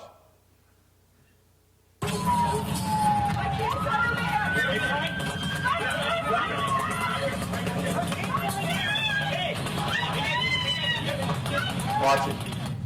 Now, Here he that's goes. the mom you heard Oh, hell no. just before 11 o'clock Why did he come last back night. out? She told firefighters she had Can't briefly breathe. stepped out. Can't breathe. I don't care who you are, you cannot breathe Below that. on Manchester Now, but if you look at the window, the neutral plane's at about 50% of the window. It's survivable space in the floor of that room, without a doubt. Those kids were in there. They pulled them out, rescued a bunch of them, but that's my thing, right? I don't care how long it takes you. If you're the 15-second guy or the 40-second guy or the whatever, all I want you to do is have your kids run around the house about 8 times, put them in a toxic environment and say, hold your breath, Dad's going to get ready, come get you, right? That's a long time. It's a long time when you're begging for air. I get, we don't put our face piece on either when we're walking stairs like in a high-rise. When we know it's a high-rise box, we don't put our face piece on. But if you're first in, this is what I never have understood. You're looking at that column, and you're driving to it, you know you got to go to work. Put your face piece on. You say, well, it fogs up. There's ways to make it not fog up. I won't give you that class today, but there's ways to do it. I don't care how fast you are. To me, it's not fast enough. But that's my little soapbox. Y'all can argue with me about it later. Search must be a priority. Has it ever been missed? I listened to a fire in Houston the other day. Man, they did all kinds of work. And I was like, is anybody going to search it? They think searching sometimes is dragging a line through it, putting the fire out. 'Cause that's what we want to do. That's the cool part. I can tell you right now, I've never searched an inch, hardly, as an engine captain. Because I wanted to get the hose line in between the fire and the victims. I said I was searching. The only thing that was searching were my feet. If I stepped on you, I would pull you out. But I never did any of that. Just didn't do it. Because there was guys right behind us coming to do it. I'm not saying it was right. I'm just saying that's what I did. And a lot of us, if we're honest, that's what we do. But you guys don't have that luxury of those guys right up your tail end. So, man, you've got to have a plan for that. How are you going to search that building while stretching the line? That has to be in your plan. Search should be priority not in word but in deed. The closer the fire is to a 5%er, the more aggressive the search needs to be. A lot of people want to back off. The worse the fire is, they want to back off more and more and more. No, you need to push it that much more. We will get in here the worse the fire is because we just said 70% of the time that's the environment that they're in. They're not in the kitchen fire. They're in those ones that are two-thirds burning, that are bad. Those are the ones we have to search. Show up, masked, ready, get in. Watch these guys. Oh, these 2 pictures, I'm just showing you, right? So the captain up there, he's got his face piece on. You see his regulator swinging. He's giving a radio report. Guy on the right stretching the line. This guy's going in for a search. All of them have their mask on. Because guys like to tell me, well, I can't stretch a line with a mask piece on. Well, to me, you got to get better, okay? Well, I can't do my 360 and smell the roses and watch the birds fly over the house and all that with a face piece on. Well, that would be cool if that's actually what you did. But most of those same guys send me a video of their helmet cam, and what do I see? Burning house, front door, right? Run, grass. Front door, poof, zero visibility. You never even looked at one thing other than that point of entry. So if you're going to do a 360, you don't want to wear your face piece, then, well, that's you. But watch these guys. See what kind of plan they have right here. Did they look prepared and ready for this?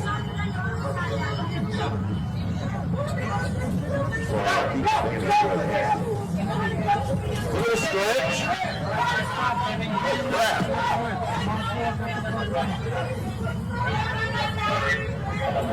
Oh,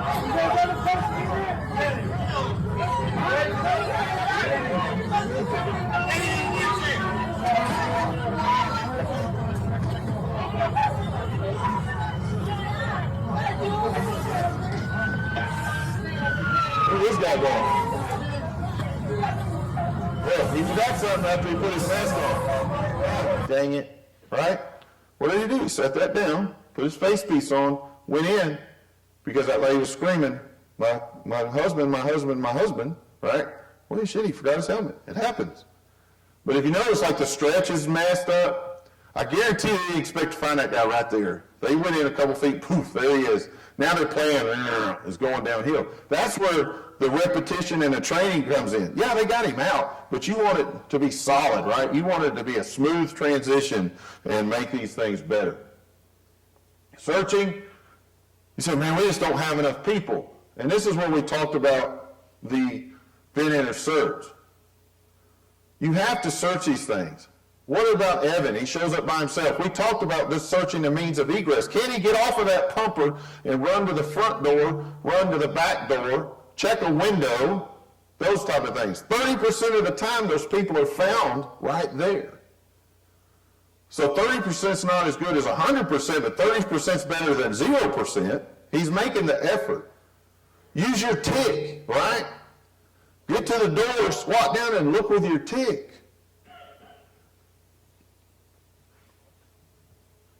Split search. How many of y'all are still doing right and left with the entire crew? That's manpower intensive.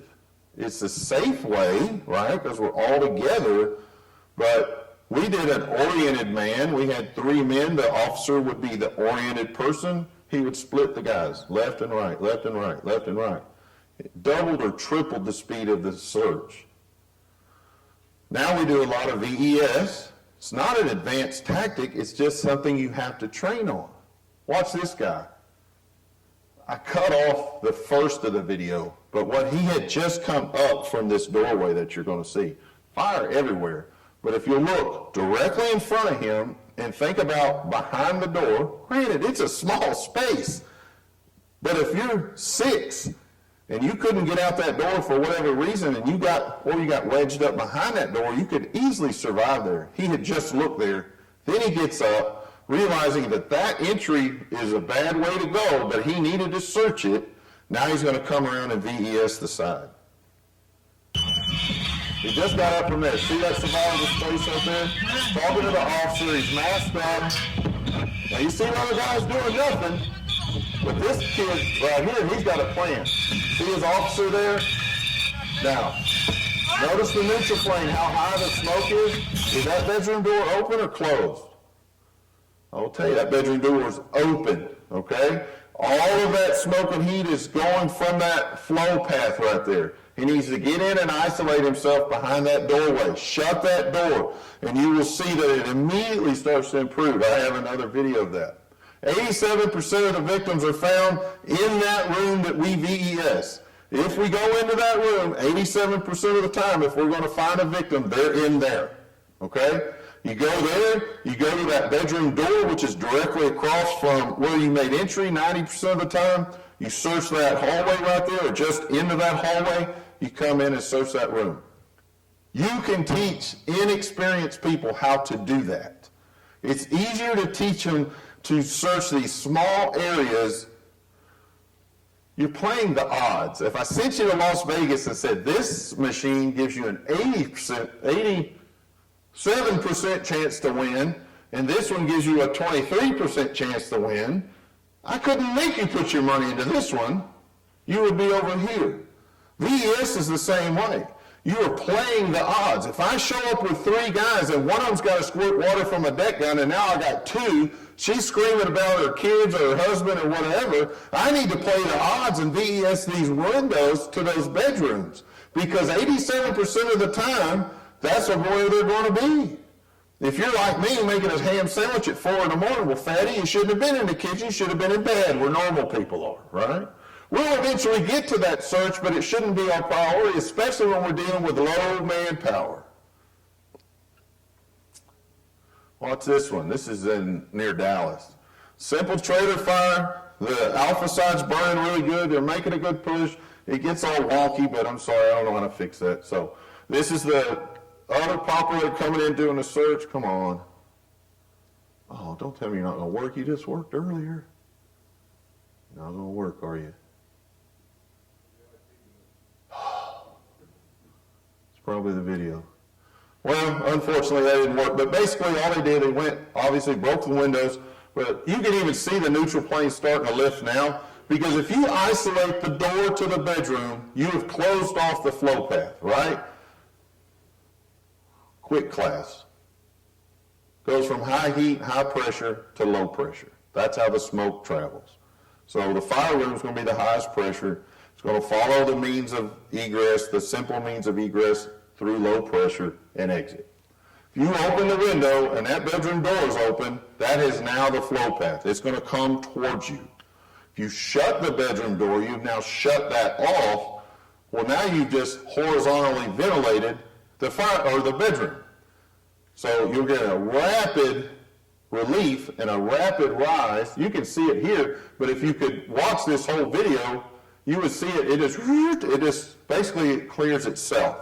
Because you can see the guy's on the outside, he's talking to him, hey man, you good? Yeah, I'm good. Hey, they're making good progress on the front. If he found a victim, what's he have to do? Hey, come help me, or drag that victim to the window. When they're 5%ers, we'll split them up. You go that bedroom, I'm going to this bedroom, right? That's when you really got to make 3 guys cover a lot of territory. Is it dangerous? Sure it is. But guess what? What we do is dangerous. We've planned on that. We've trained on that. You must have a plan in place. Because if I'm in this bedroom, you're in that bedroom, and you find somebody and start hollering, I'm going to hear you. You got into trouble, I'm going to hear you. But remember, you're in a 10 by 10, 12 by 12. How much trouble can you really get into? Even if you got trapped under the mattress, in the box springs, whatever, we're going to hear you and come get you. The driver must become involved. How does 3 become more like 6? 1, the driver has to be involved. He may have to overwhelm fire conditions for you. He may need to stretch lines for you. One of the things, remember, we have so many people, our drivers typically stand there like this till you're done, then they pull some handles and pump, okay? Well, we're starting to use them in the stretch, right? We get them involved because what's he going to do before the line's stretched? Nothing. Absolutely nothing. So let's get him involved in the stretch because they shoulder this line and they get it to where it needs to be, because we're doing a lot of long stretches and vertical stretches now. And let him help you get that stretch into place, because the faster the line gets there, the better it'll be. If there's only 3 of you and 2 of you went to the back to VES the bedrooms because they're screaming about their kids are trapped and it's 3 o'clock in the morning and they probably are in there, he's your accountability system when that next truck shows up or the chief shows up. Where are they? Hey, I got Bob and Roy. They went to the back. There's a report of kids back there. What are you doing? I'm watching fire conditions and I knocked down the front with the deck gun. Is it ideal? No. But is it doable? Absolutely. This is how you're going to start working within, you don't live in an ideal environment. You guys don't have 750 people coming. You have to start making adaptations. Monitor the fire conditions. I had the same driver for 10 years when I was an engine captain. And he was my eyes on the exterior. He watched that fire. He set the pumps and he watched it. And we had standing order. If he called me by my first name, that was like an ultra mayday, right? Clyde, get out. Clyde, get out. Man, I'd grab my guys. We'd go out. Windows, cracks, it didn't matter. Because Ricky said it was time to get out. Now, we might come out, what happened, Ricky? Oh, man, Cap, man, the whole back end was falling in on you. Well, thank you for saving our lives. Because sometimes they look real good on the inside. Y'all ever done that? Hey, Cap, I think we got it. Chief, what does it look like from the outside? He'll tell you. Man, it look like y'all ain't doing nothing. Okay? Yeah, the whole world's coming to an end. Oh, give us 5 more minutes. No, get out. Victim removal and treatment, right? If there's 2 of y'all, 3 of y'all, you get somebody to the door, man, that's that driver's responsibility now. He's got to get them out and start doing his job. But guess what they're not going to do if you don't have a plan in place, if you don't work with it? East Montgomery County, real good fire department near us. They ride with 3. I said, how do y'all do these things? They said, man, we have a plan. Every time it works out good, that's the first thing they say. So they have a driver, a firefighter, and an officer. They make a good fire. Driver's doing driver stuff, right? He gets the lines charged. He pulls the second line, lays it out there for the next company to come in and have the backup lines already stretched, ready to go, or he can use it from the exterior, whatever needs to be done. So what happens if you find a victim? He said, we've practiced it so much, I just tell that kid on that nozzle, hold. Hold means you stay right here and flow water. You don't have to do no other thinking. I don't even have to tell him what I'm doing. That officer, maybe he found a victim, or the kid found a victim, hold. He goes out, gets it to the front where the driver can take over. He comes back and grabs his kid. That's their plan. I don't know what your plan is. Doesn't matter what your plan is, but guess what? You got to have a plan. Because you don't want to look like these guys earlier, right? Tripping over the line, finding his helmet, all this crap. You got to have a plan. You got to have a plan. Watch this guy. Other than about to kill this guy. Woo. All right? Right? But is that guy doing some work right there? Man, he got 500 gallons at least coming out of there. And he can do some work. Now, I don't know, I think they're playing more than anything here, but imagine you pulled up at 3 in the morning to a 2-story, the whole front of it was burning, there was 3 of you. Man, this guy's got a good plan right now. And I'm not an outside water guy. The golden standard is to get a line between the fire and the fire victims and fight fire from the interior. That's the golden standard. That's what we're trying to accomplish. But sometimes that's not accomplishable, right? We have to do the next best thing. And sometimes the next best thing is 2 or 3 options down the list. Sometimes the next best thing is for somebody to hit with a deck gun, and let's hope it helps.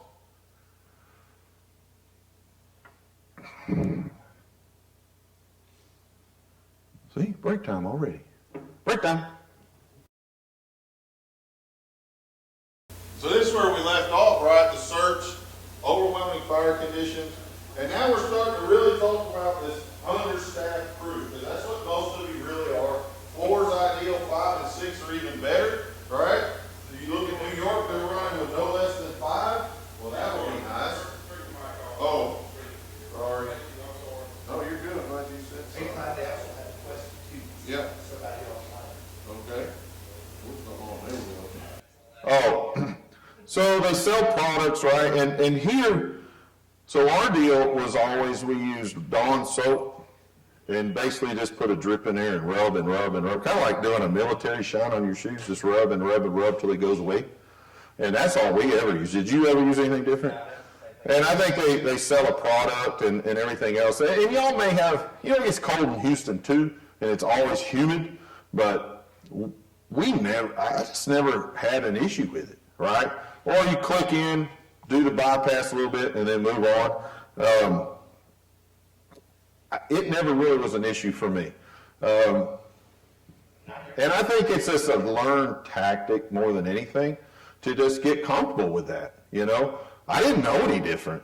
I didn't wear a mask one time to one fire, and the lady pulled me out of the cab of my pumper, or the truck then, screaming about her kids. Because I was going to do it the way the rest of the world, because maybe I'm the dummy, right? And it was like, never again, because I wasn't comfortable with putting my mask on like y'all maybe, right?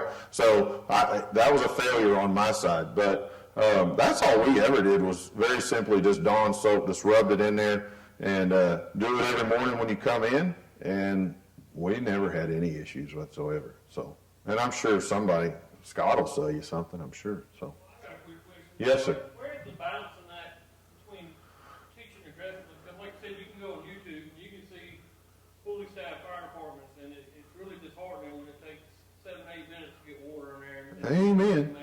Right. And of course, a lot of us know that, hey, this is our neighbors, and we're going to burn our butts off. Sure. But how do we, as a rural department, rural area, everything we're taught is either NFPA or Sure. driven safety. Right. Firefighters first. How do we draw that line and justify drawing that line? Right. To do something a little different. Your leadership is your leadership, and they're right. But like I told you before, I try to fault in what's best for the folks out there. You do have to work within the world that you're in, and if they just demand, hey, you will follow these guidelines, then that's what you're going to have to do. But if say the masking up thing, man, you will not mask up till you arrive. Well, I would be the fastest guy there, by far. And And I would watch every YouTube video I could find to find these guys who have found a shortcut to make that easier and better. I'm not telling you to buck your system or anything like that, but you are right. There's a lot of paid departments and you're like, how on earth does it take 7 minutes to get an 1 3/4 of service? To me, that's a failure, and that's negligence. Somebody in charge of that is allowing that to occur. And that's what I was telling you before. If I'm going to give you what you demand from them, don't let people bring you down to their level. You set the level. And then we always are trying to progress. That's one thing, like with my crews. I have outstanding crews, but we always try to improve. Every time fire tack hose hits the ground, we do a post-mortem or a hot wash. And we'll talk about it. And at first they thought, God, this is the pickiest guy we've ever met in our life, right? Because I will find, you may have done it 98% perfect, but I'm looking for that 2%. Not because I want to hurt your feelings or make you feel bad. I want us to always get a little better, a little better. And usually, like, placement's a big deal, right? Like, why did you stop here, right? He said, well, it was a clear shot for the line. Well, you realize the line's behind you. This is a clear shot for you, the driver, to see, right? Let's think if you'd have pulled up right here. Now look at the stretch. Oh, man, I didn't ever think of that, right? And everything is tied together, right? So if the stretch is really good, then the fire attack will be good. If the fire attack's good, then the search will be good. All that stuff's tied together. So it's all about just improving and improving. And if you can do it in 30 seconds, well, let's challenge you to do it in 20 seconds. And if you can do it in 20 seconds, let's challenge you to do it in 15 seconds. Let's just always work on it and always get better. And it is harder with volunteers, right? Because today you'll have 5 guys show up, tomorrow you'll have 1, the next day you'll have 15. Well, this guy hadn't been here in 7 months, and now he showed up today. But I'm sure you have a core group. They always do, right? We have 70 members on the roster, and 15 of us actually show up. So those are the guys you work really hard with. And there are a lot of rules that we'll have to follow, but if I'm going to fault, it's going to be fault in the favor of the people we're there to help. And it's a thought out process. It's not just, you know what I mean? But I can lay my head down at night doing it, knowing I did everything I possibly could. And even if I got a guy hurt, it's like, man, we did everything we could. Just some bad things happen sometimes. So, yes, no, good? All right, we'll move on. So everybody needs to have a heightened awareness for the rescue opportunities, right? You need to be looking for the rescue opportunities. We missed a kid doing a 360. How many of y'all look in the bushes on a 360? Well, I didn't either. Until you leave a kid in one, then you start looking in bushes, okay? And I'm not talking about digging in bushes, but if I don't do a lot of 360s, my driver does now, but he's going to look at that building and he's scanning those bushes as he goes by because the kid had come out the window, got in the bushes, and we missed him. So you don't want to ever allow that to happen, but everybody needs to be heightened to the potential for rescues. Like this old man here, he'd have been in trouble if these guys hadn't paid attention. This building is one of my buildings downtown. That's the front of it, and that's the back of it. Who would have thought somebody took the whole back of the building off and just left it? I didn't. But when I went back there, I was like, you've got to be kidding me, right? Talking about the driver, this is in the wrong place, but talking about the driver, we're going to back up a little bit. And just everybody being observant to what is going on. Watch how this fire goes, and watch how the conditions change.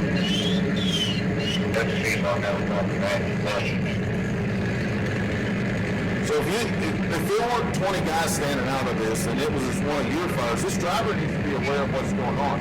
One of the things you see is that this ladder crew is what? It's stalling going to the roof. That's a big red flag. They should be on that roof cutting a hole. Well, some reason they're not going. Why are they not going? I don't even know. But that needs to be on I need to be paying attention. If you were just the driver watching, you'd think, man, what's going on? Because the delay in the ventilation is going to cause what? The conditions to change. We're trying to change flow path and take it through the roof. What do you notice here at the windows? What's happening at the front of the building? Conditions are worsening. You're going to watch that neutral plane start to drop. And this is how I was telling you everything connected. Because the ventilation is failing, now the push is going to fail, and they're going to get into trouble, which is going to cause the search group to get into trouble. So this is how things start to fold on each other. Notice rapid, slow, starting to get more turbulent, starting to come down lower and lower and lower. If you only have a few guys there, everybody needs to be aware of this situation. This is the training aspects we need to do. You need to understand that this fire is getting worse, and what you're doing is not making it better. Those are the type of things you have to share with your incoming crew or that crew on the interior. Notice the conditions now. What do you think that inside of that building is like right now? Bad, right? They give it in a minute. They'll say we have a tick reading of 430. Hello. Flashover we know now starts at 475. 430 is pretty darn close. So these conditions, now he's telling them to back out. Hey, get out. Well, how well do you think they're going to get out of there now? Because those conditions now, they have zero visibility. They're going to get separated, potentially to get separated from the line. This is where maydays occur. So these are the things that you have to train on and be aware of and watch these things. This is where we all have to start working together to make sure everything comes together right. Back to the rescue opportunities. This one, all of y'all are going to tell me it's fully involved. And I would readily agree until we walked around the back and we pulled a guy out because guess what? He was behind a closed door. Oh, don't tell me you're not working either. Okay. Anyway, see all that? The guy, this will give you the perspective. The guy taking the pictures is hiding behind the pumper. That's what it looked like. Okay? So anyway, sorry, I don't know why they're not working. We're moving along. Watch this. This is talking about having a plan, right? This is DJ Stone in Florida talking about having a plan. I asked him when he was done, how did this go so well? He said, man, we had a plan. We had trained on this a million times. Not the exact thing, but we always had a plan on what we would do. So this is a cop video and fireman video. They kind of mixed it together. It's a VES. They had a victim trap. The police officers get there. You'll see they do what they do. They started breaking windows and trying to get the lady out. You can hear her screaming inside. When the fire truck pulled up, they ran and said, hey, we got a lady in the back. They went, noticed that the firefighter brings a line with him, okay? And then the driver becomes involved, knocking the fire down on the Alpha side, but it's pretty good. This one works, hopefully. Good working fire, right? The Alpha side of the building is burning. It's a vacant, abandoned building, boarded up. No one's supposed to be there. Josh, watch out. Cops doing cop stuff. Inside, Scott. Open the window! Come here! Come on! That's her. Put your hands in the light! Arriving on the scene, heavy fire, on the outside. Small block structure building, stretch 150. Hey, we need a crowbar! Back door! Back door! We can't get the window out. Someone's inside, all the way back. Notice the hustle, right? They say don't run on fire ground, run. As long as you run it with a purpose like this, you're not just a goofy idiot.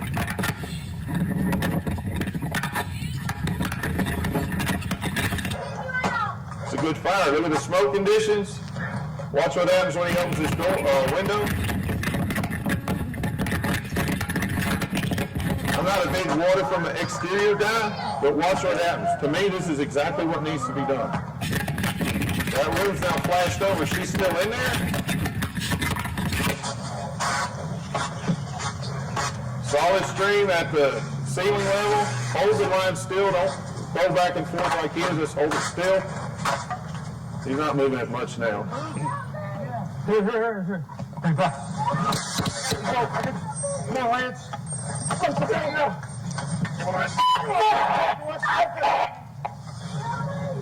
That's her scream. Would you have thought she'd even be alive in there when fire coming through the window like that? Where's the nearest ambulance? They're coming.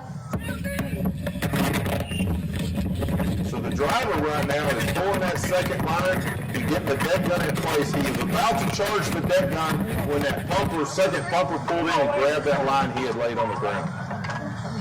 But if no one was coming, he needs to flow that dead gun.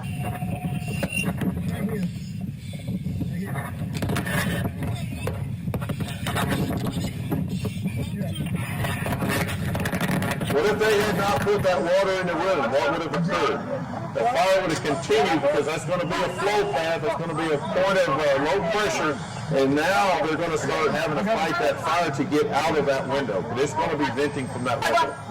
They didn't extinguish it. They didn't change conditions other than they pushed that fire back to its source.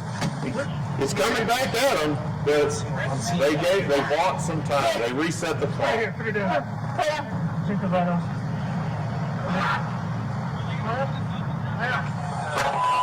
Come on, fellas. Come on. I got you. I got you. All right, you're up. I left this in there because we love screwing with cops, but man, they love it on these guys. The one guy got on his hands and knees and let DJ step on him to get in there. It's solid, man. Solid. So that went so smoothly. No, compare that to the one that we watched earlier. Like, man, obviously these guys have a plan. They knew exactly. They had planned, hey, if I go to check out this VES, you bring a line with you. You notice DJ didn't tell him anything. He just went, the kid pulled the line and followed it, right? The driver knew, let me get this second line in place. That next in pumper should be here any second. They're going to make this push.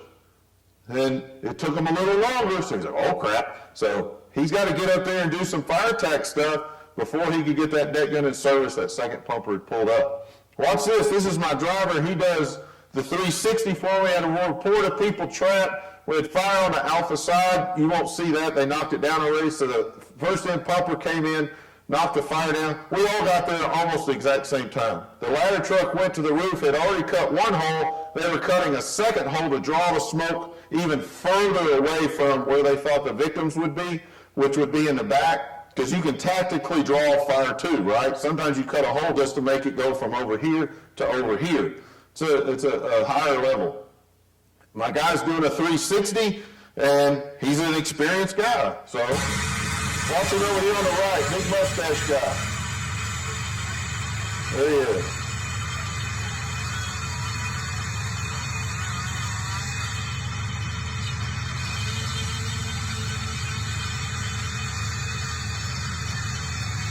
He was coming in between right there on the Delta side. He saw two windows, which he just assumed would be bedrooms because of the location of the house. Heavy black smoke pouring from both of them. Where they had cut that hole about the same time, all of a sudden it starts to lift. He sees the neutral plane start to lift, and he's like, crap, I can see in there now. He sees glass on the outside. Glass on the outside typically means someone from the inside broke it out. So he's like, man, I need to look in there. Hops up in that window, sees two socks on the floor in all the smoke. He sees that it's lifting. He's got a neutral plane now, lifting up, the vent's working, so he commits to the window. The driver of the attack pumper had looked down that little alleyway and saw a pair of Dickies and two boots hanging out of a window and thought, well, that didn't look right. So he went down there. So now Mark is like, what are you doing? Tambo, hey, help me, I got a guy. So now they pass him out, and they stole it from Engine 7. They stole the rescue. But that's what they're supposed to do. Everybody's thinking. Everybody's looking. Everybody's paying attention. Man, I'm doing a 360, but there's a potential for me to rescue or at least find a guy and tell him, hey, he's on this Delta side in a bedroom. What about overwhelming fire conditions? This is a great example to me, okay? Sometimes the driver has to be involved. This engine shows up with 4 to a 6-story residential apartment building with 2 floors of parking garage underneath. Heavy fire in the parking garage, and you'll see the video. This is Station 7, one of my stations. They're the ones making over 30 a day right now. They get sent to a check for fire. Well, you're making 30 runs and they send you to a check for fire. They assume it is bull crap, right?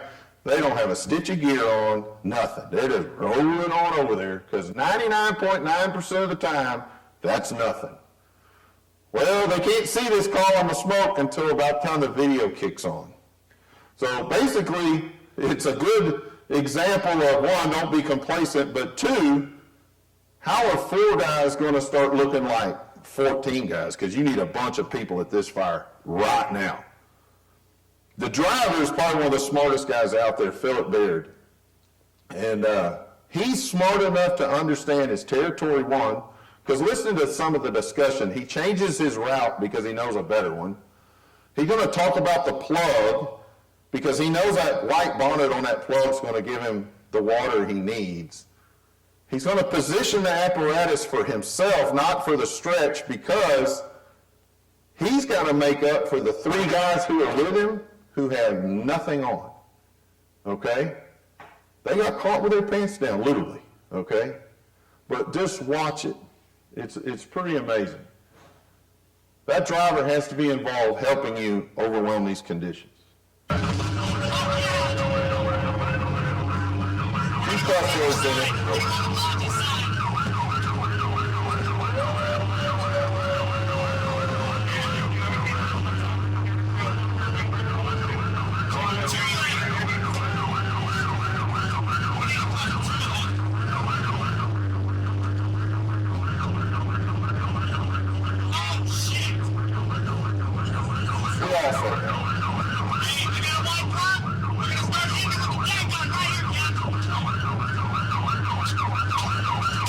There's people dying as we speak, right? They're tying sheets together on the back side of the building, coming out of the 3rd floor on sheets like they do in movies. He knows he has to overwhelm these conditions. This is not an 1 3/4 fire right now. He has got to do something right now. If you look in the reflection, you'll see the captain doesn't have nothing on. Okay? He's got to get ready. You can't even tell how big this building is. So the one thing that Philip knows he can do, he can get that gun in service and buy us some time. Reset the clock all by himself. That's a one-man operation. He doesn't worry about the plug. He parks where he can get it hooked up, hopefully in a very short period of time. He flows the deck gun on tank water. We only carry 500 gallons. So you'll see it flows for about 32 seconds. He loses water, and he flows again for 27 seconds, then he flows again until they're in place. Watch what happens to the conditions at right now, and then when he hits it, you're going to see the conditions change. He's going to reset that clock for us. Just like everything else, we critiqued this and went over this. You'll see he loses water here in the grass. It's because there he is, losing water. When you only got 500, you need that. So we've changed what we do there. Now that pump increases, watch conditions top left. Notice how bad it is. Imagine laying there in your underwear right now.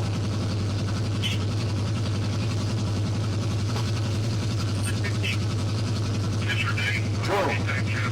Conditions rapidly start to change, right? We know that water on that fire is going to retract all that heat, retract all that smoke, start sending it back to where it belongs. Now, is it out? Absolutely not. Are we done? No way.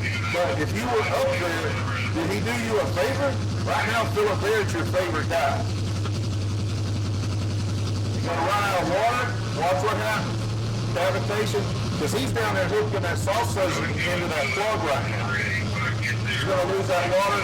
Watch what happens. The fire's obviously, there's so much energy releasing, it's going to start building back up. They're getting the lines in place.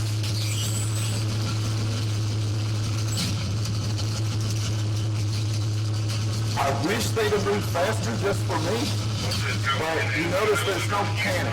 Like they knew, okay, we screwed up, but we can't panic because that's only going to make it worse.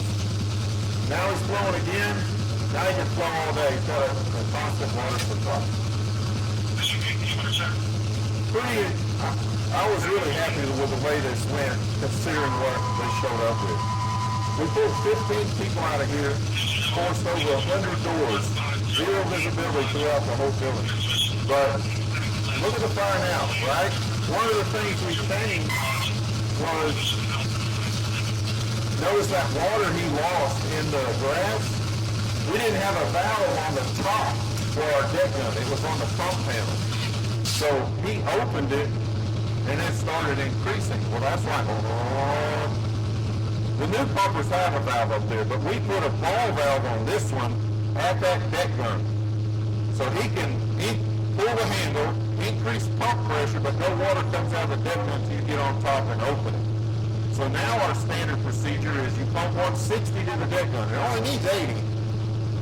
Kind of like hoods. Two's got to be better, right? So we double it to 160. You're not going to break it. I guess at some point you will.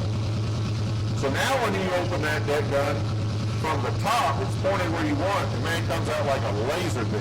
If we ever have to do this again, we're not going to lose that 100 pounds or gallons in the grass. It's going to come out like a laser beam. And this is a tactic for us. This is something that is in our wheelhouse that we consider, okay? And that's what you have to do. If you pulled up to this same fire, you got a building something similar, something somewhere. I saw at least two-story commercials here. You have heavy fire from the second floor, and there's 4 of y'all guys. You're going to need to do something besides maybe just pull one interior line. Here's the other side. So these guys, Engine 7 got dispatched on it as that 911 hang-up. What happened was the girl, her car caught on fire in the parking garage. She poured a bottle of water on it, and that didn't work. So she ran upstairs to her third-floor apartment to get another bottle of water. Well, in the stairwell, she dialed 911, but it dropped the call in the stairwell. So that's what it was. It wasn't a check for fire. It was a 911 hang-up. So we sent a pumper to a 911 hang-up. So they had no idea what they were going to. These guys coming in on the other side, if you watched the video, you saw fire trucks ahead of the one that was videoing. That was Engine and Ladder 16. They were on a wreck on the freeway. And somebody said, look at that, and saw that big column. And I always tease. I said, there's probably people still taped to a backboard somewhere on the K-rail on 59, because they just abandoned the ship. They were like, I don't know what's going on, but we're going over there. So here's the other side. Now listen to this. They're funny too. It's a very short video, but listen to their thought process. You'll hear the kid in the back, hey, you want me to catch this plug? No, do this. And to me, the funniest part is when he realizes he got beat in by Engine 7, because he's like, oh, like it ain't going to be nothing for him to do, right? There was plenty of work to do.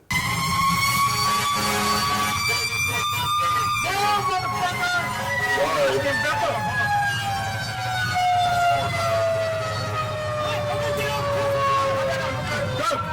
Seven's got in over there. Gosh dang it. Go. No, Seven's is up there, man. Go up. Right in here is where they're tying the sheets together coming out of the back. Man, that's an apartment. So they couldn't even tell what it was, but they did an outstanding job too. But it's all about, right? So even with this fire, we had 9 guys show up. Well, that's not near enough. So everybody had to be in a position to do a lot of work independently or have a good plan. Both stairwells were 100% compromised. They couldn't get up and down the stairwells. The victims couldn't. The whole building was covered in fire and smoke. So it was a significant event.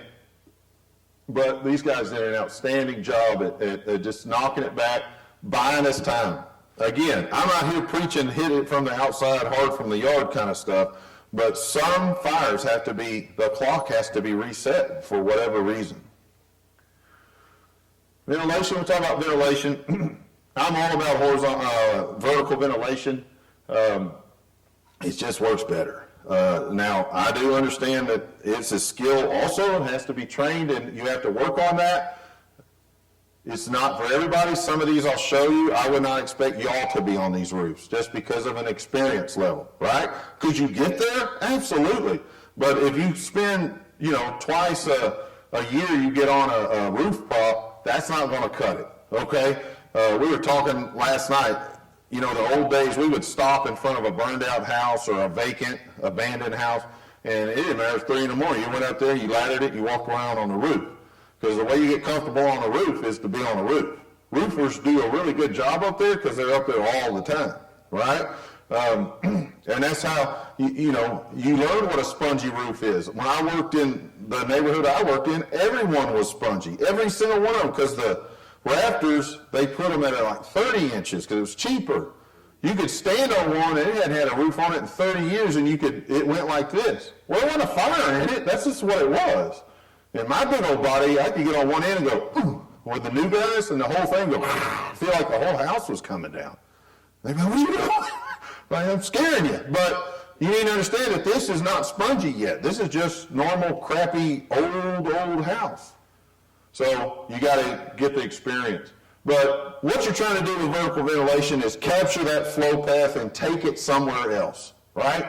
You know, if you open the front door, you created a flow path. Well, if you want it to come and hit you in the face, then leave the front door open and keep doing what you're doing.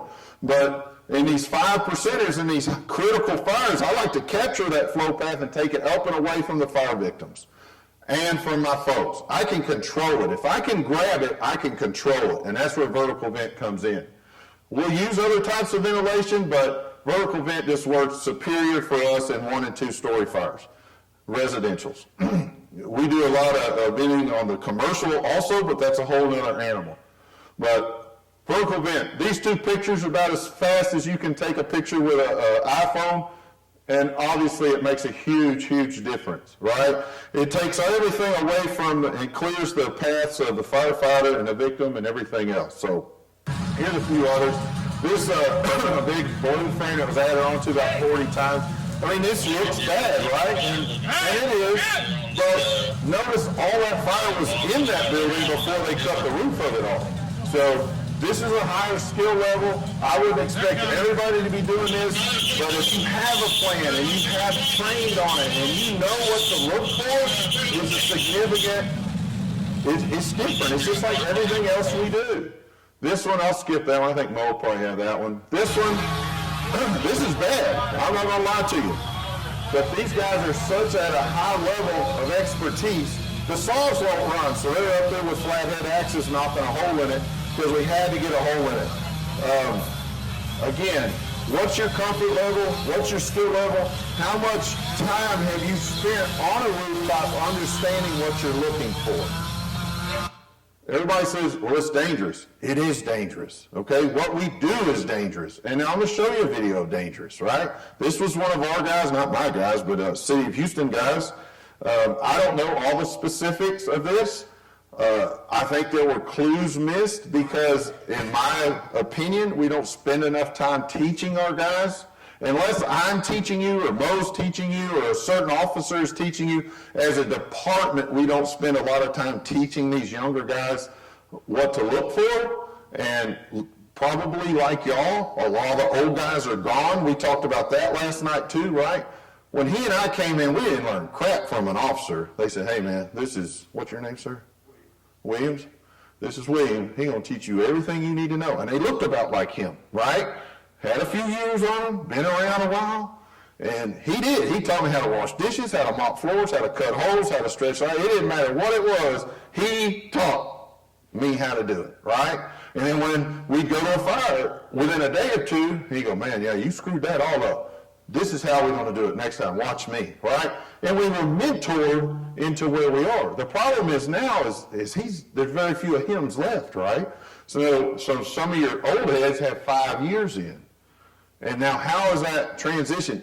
How are we training those guys? Well, we have to spend a lot of time training those guys. You don't get that experience that you used to. I think that's one of the things that happens here. If you just watch what happens, you'll notice you got smoke coming through shingles. When you have smoke coming through shingles, the decking is compromised, period. Okay? Now, does that mean that the roof is off limits? Not necessarily. It depends on how much of that roof is compromised. Do I want to be standing over here on the left side if that's where the smoke is coming through the shingles? Absolutely not. A captain with his hand on your shoulder while you're cutting a hole does absolutely nothing for you. It just gets in your way. The captain should create a workspace for you. If you go to a roof, that officer should be sounding the path. If you're the firefighter, you step in his footsteps, basically. Then when he gets to where he wants to cut that hole, he just points at it. That's where I want you cutting. And then he's going to finish sounding because you're either going to go this direction or that direction. We need to decide which way we're going to go. Then he sounds that area in a workspace so he can back up in a safe position. And I say like a goalie. He's going to just get back like this. Usually when our guys carry a hook, they spread that hook out to kind of makes a wider stance for them. Because if you decide to fall, you don't want my hand on your shoulder. You want me here to kind of put you back in the game. Now you can cut. And we have the third guy who's the cleaner. And they can work independently. This guy's cutting, this guy's cleaning. They know where they're placing their feet. The officer's already sounded for them. and they're good to go, we come back the same way we came. That's a plan. I'm not saying that's got to be your plan. That's our plan, and it works well. Watch what you see here. See if they had a plan. This is a good guy, too. Don't get me wrong. This is a good dude, but I don't think they had talked about it. And you're going to end up watching the cutter. He'll move to the left, gets in some dark smoke, but you'll see him. Notice the smoke coming through the shingle. Decking is compromised.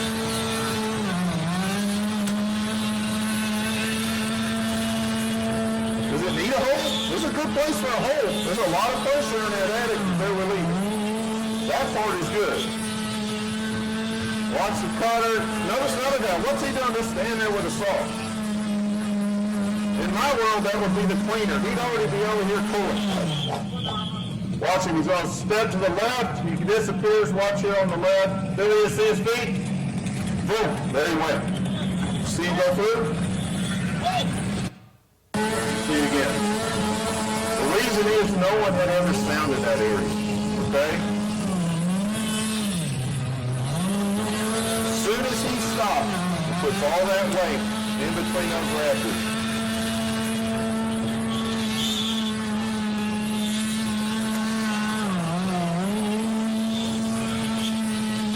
Biggest reason I put this in here because everybody likes to argue about how dangerous vertical vent is, and they always say, well, he's not going to show you the dangerous part.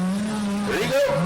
But the reason this is so significantly dangerous is, in my opinion, the training's not right, they're not adequate, and they don't have an adequate plan.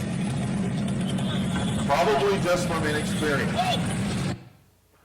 They pulled the guy out. He was burned from his knees to his waist. They rescued him, thank God. Just a very short weeks later, in another department right next to us that a lot of our guys work at, part-time, same thing happened. Walking up there, they didn't sound at all. Boom, right through. I need that video. I hadn't got permission to show it yet. This guy was uninjured, and he disappeared and fire blew out of the attic. And then they're like, how in the world is that guy not injured? Y'all know what I believe. I'll just tell you. There was a lady out there going, oh, Jesus, protect that man. Oh, God, help him for Jesus. She said Jesus about 50 times, and that guy somehow came out of a raging inferno with no injury. So believe what you want, but I know what I believe. All right, training. We've talked about this. Our training has to be adequate, right? I'm okay with smoke machines and everything else, but at some point, we have to put you in an uncomfortable environment. Because remember, 67% of the time they're in zero visibility, high heat conditions. If your training is not adequate, you will never be prepared for that 5%er. We have to build you up to that. You have to have a skill level and a there we are. What? Somebody had a question off that. You know a question? Someone asked if you could elaborate on the mask clogging up, if you could take a few minutes. Comfort level that it's okay. Most firemen today don't know what they can actually do, right? Clifford and them took us places that maybe sometimes we shouldn't have been, but one thing Mo and I know is hot. And when we're like, oh my God, it's hot, trust us, it's hot. A lot of people would have left a long time ago, but we know now that this is a dangerous level of heat. And you have to have that in your mind, because sometimes you need to keep pushing to find those kids, and you think it's hot, but it's really not. And then other times you need to be finding a window or flowing a line or cutting a hole or something because you're in a serious situation, a dangerous condition. Having a plan, talk about that. Hey, you got your core group volunteers, right? Hey, man, when we show up and it's us three, look, this is what we're going to try to start doing with whatever, right? Maybe you knock it with the deck gun. We're going to stretch the line. You get your air pack on. Whatever. I can't tell you how to do everything. I'll be happy to later if you say, hey, we have this, what would you do? But you guys got to figure it out and come up with your plan, because I can come up with a plan for you, but maybe it won't work for you. But you got to have a plan. Kitchen discussions are huge. Get rid of your cell phones at the kitchen table. Get rid of your cell phones in the pumper. No one needs to be looking at TikTok while y'all are driving around. Just put them away. Family time at the kitchen table, right? That's where we talk about things. We talk about everything. You have to create relationships. You have to understand that, hey, man, this guy's going through a hard time over here with his wife, whatever. We need to know those things. Not that we're going to put all your business out on the streets, but like for me, I need to know what's going on. My guys didn't understand that. They worked with, back in our day, there were a lot of chiefs, like you didn't speak to them if you weren't an officer. They were like this higher, they floated in on a cloud or something. I don't know what they thought they were, but that just didn't work for me. I've never been that guy. So I call myself a kitchen table chief. I'd come and sit at the kitchen table and drink my coffee and bull crap with them and laugh with them. And at first they were real nervous because they just assumed I was out there spying on them. I wanted to catch them with the wrong socks on or something, you know. I don't care. I need a relationship with these guys because I could send them to their death. I need to know what's going on with them. I want to know if this guy's the wild guy and this guy's been having problems with his wife for 7 years and this, you know. And I'd have my little moles in there so they could kind of keep track of stuff. I don't want all your business, but I just need to know. It's my family. You want to know if your kids are having a hard time with something. So one day, I get met in the parking lot, and, hey, Chief, we got a problem. Well, what's up? And this is one of the drivers. When before, this would have never occurred. They'd have never come and even stopped me in the parking lot. Hey, we got a problem. We went out drinking last night. That's usually how firemen's stories start, right? And, man, old so-and-so over here, I caught him. I got up to go to the restroom. It was 3 a.m. He was sleeping on my couch because we were drunk. And when I walked in there, he had his pistol buried in his mouth. He's about to let it fly. I'm like, what the hell? Well, this guy had spent 2 tours in Iraq. And he was a minesweeper. He was on a minesweeper. They looked for IEDs and he missed one. He killed his entire group but himself. So he was suffering with that so badly. But thank God his guys caught it and they were like, hey man, we got to tell, who can we tell? Tell the chief, right? And it was all because I'd sat out there and listened to their god-awful stories and drank coffee with them and piddled one fart. They felt comfortable with coming to the boss, right? Because as the boss, we have access to a lot of help for them. We have 3 staff psychologists on duty. We have like this whole system of stuff we can get. But not everybody can gain access to it. You can, but if I call, man, it's going to happen. So they came and I said, where is he now? They said, man, he's over there checking the truck out. I said, all right, go get him.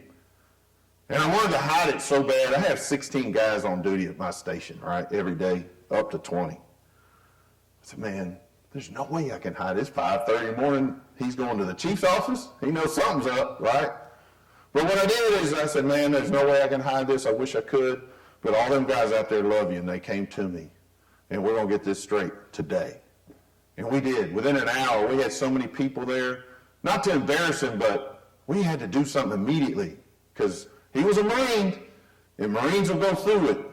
They will go through what they think they need to go through with.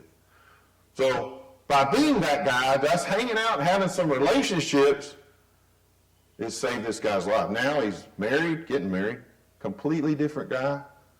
Amazing thing. And it's all just because you're just a human being and be good to people and hang out with them. But that comes with you training too, right? Our safety comes from our preparation. If you don't want guys to die in a flashover, then you train them how not to die in a flashover. If you don't want them to fall through a roof doing vertical ventilation, you spend time on that roof training them, hire people, whatever you got to do to train them how to do it. Our safety comes from preparation. Most of the time when we get into big trouble, it's because we weren't prepared for that situation. Occasionally, bad things just happen, but most of the time, it's not because we're not prepared. You got to burn Class A materials. All the fires you're going to now are Class B fires, oil and gas, right? You think, well, no, it's a house. No, it's oil and gas. I can tell you right now, if I sent you to a brush pile on fire, you're going to treat that different than I sent you to a gasoline tank truck on fire. These houses you're going to are much more like that gasoline tank truck than they are that brush pile. So, but only thing that we can do currently is burn Class A materials, okay? You got to get some pallets in there. You got to start making real fires. Half a pallet ain't going to cut it. You have to create hostile environments with supervision and safety in mind. You have to have mentors in there with them, okay, and help you walk through these things. Build confidence in these extreme conditions. Mo and I were lucky enough, I'd guess, maybe unlucky enough, I'm not sure, to go to FDTN, that's Jim McCormick's place in Indy, probably the best training in the country when it comes to true fireground training. He focuses on nothing but basic tactics in hostile environments. It will make a man out of you or make you feel less of a man. I think a couple of times we felt less of a man because it's rough. But it's not there to hurt you. It's not there to tear your stuff up. But he works in that 5% all the time. When you leave there, you will be much better prepared. But it's just, oh, dang it, I did it again. It's obvious, right? This is their basically a car repair shop burning. I mean, you cut holes in the walls, you go in with 2.5-inch lines, but it's all about moving the line, doing this, doing that in hostile environments, right? Oops. Oh yeah, I forgot about that. Yeah, there, right? Every one of them looks like that.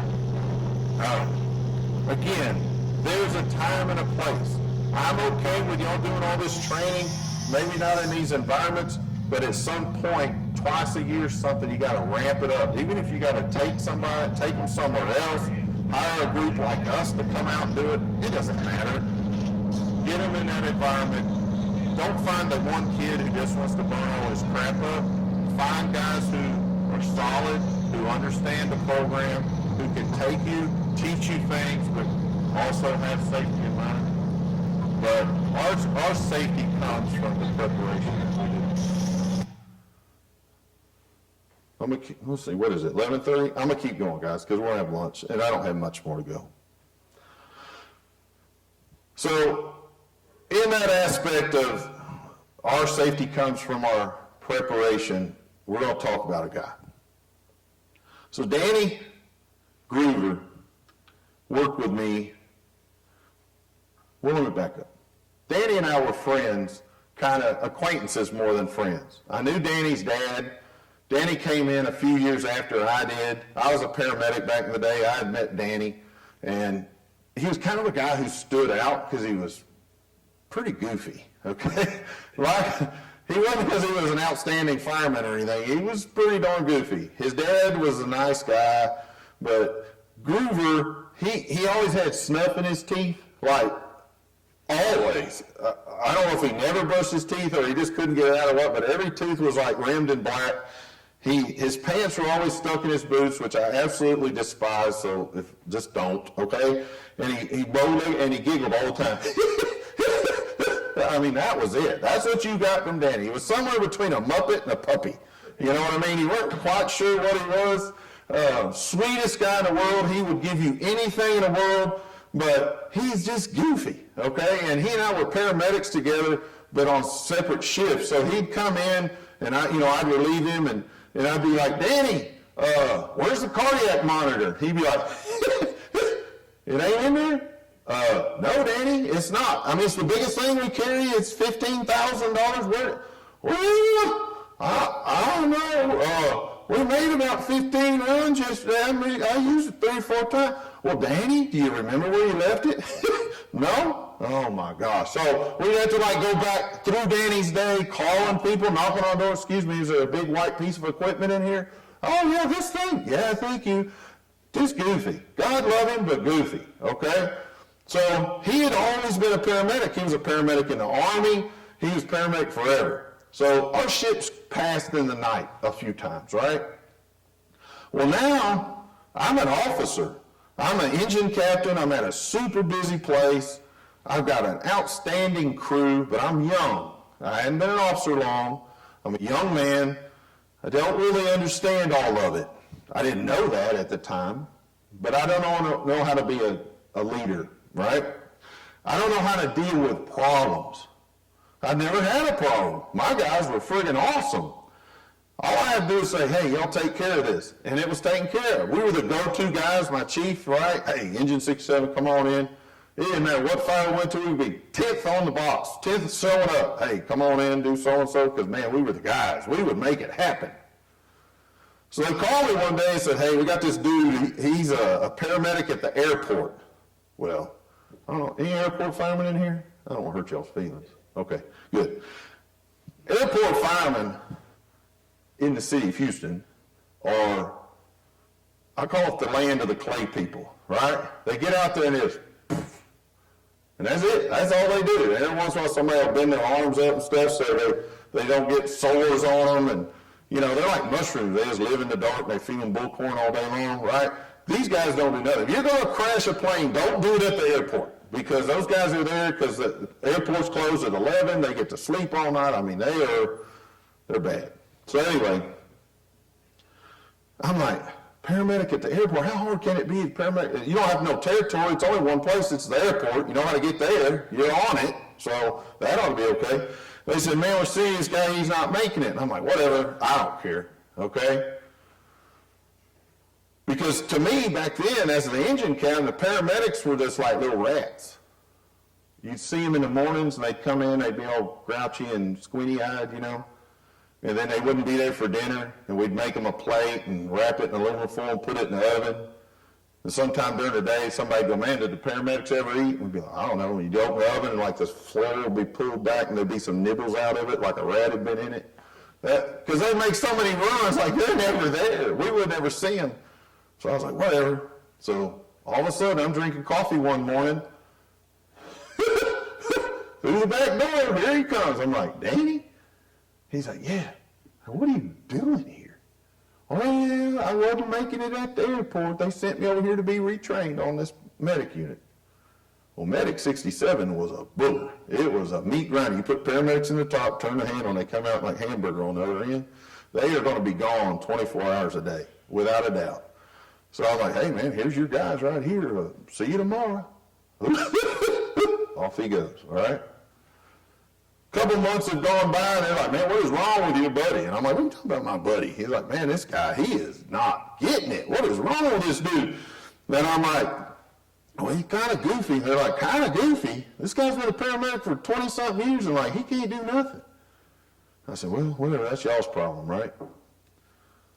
So finally, the EMS people, the wisdom up there in the ivory tower calls and says, hey, man, we're going to take Danny's paramedic away from him. We're not going to let him be a paramedic in the city no more.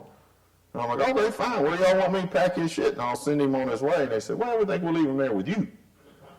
Woo! All right, my world starts coming to a quick halt because I'm like, this pumper's busy. We're making fires every day. We went 7 working days was the longest stretch I'd ever made in 15 years without pulling a tack hose there. So that's like a month.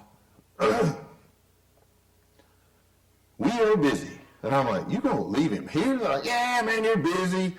Y'all do a good job, man. He'll catch up. It'll be all right. And I'm like, man, this can't be a good idea. And they're like, oh, no, let's leave him. All right. So I did what I always did. I got the rookie, Danny, with Mr. Williams over here and said, hey, man, Williams, you need to teach old Danny everything he needs to know. That was it. That was my job as the officer, I thought. So he's working with him, and then I start noticing that he ain't getting it at all. We'd go to a fire, and Danny wouldn't even have his gear on, whatever. And I'm talking to Mr. Williams like, hey, man, what's the deal? Like, man, your guy is messed up. Like, I can't get him to do nothing. So now he's getting mad. I'm starting to chew Danny out a little bit. It just goes downhill. He never catches on, right? And now he's like, Captain, you're going to have to do something or I'm leaving. Man, this is my go-to guy. I can't let that happen.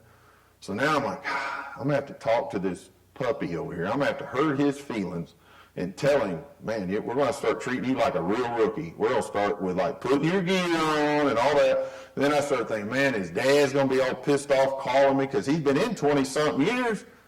I don't want to treat this. I didn't know how to do it. I'm 20-something years old. I'm an officer. Like, I don't know how to deal with this problem without hurting everybody's feelings. I didn't realize that sometimes you're going to hurt people's feelings. And as an officer, a leader, you have a responsibility to other people. I was just worried about how it was going to affect me and affect him.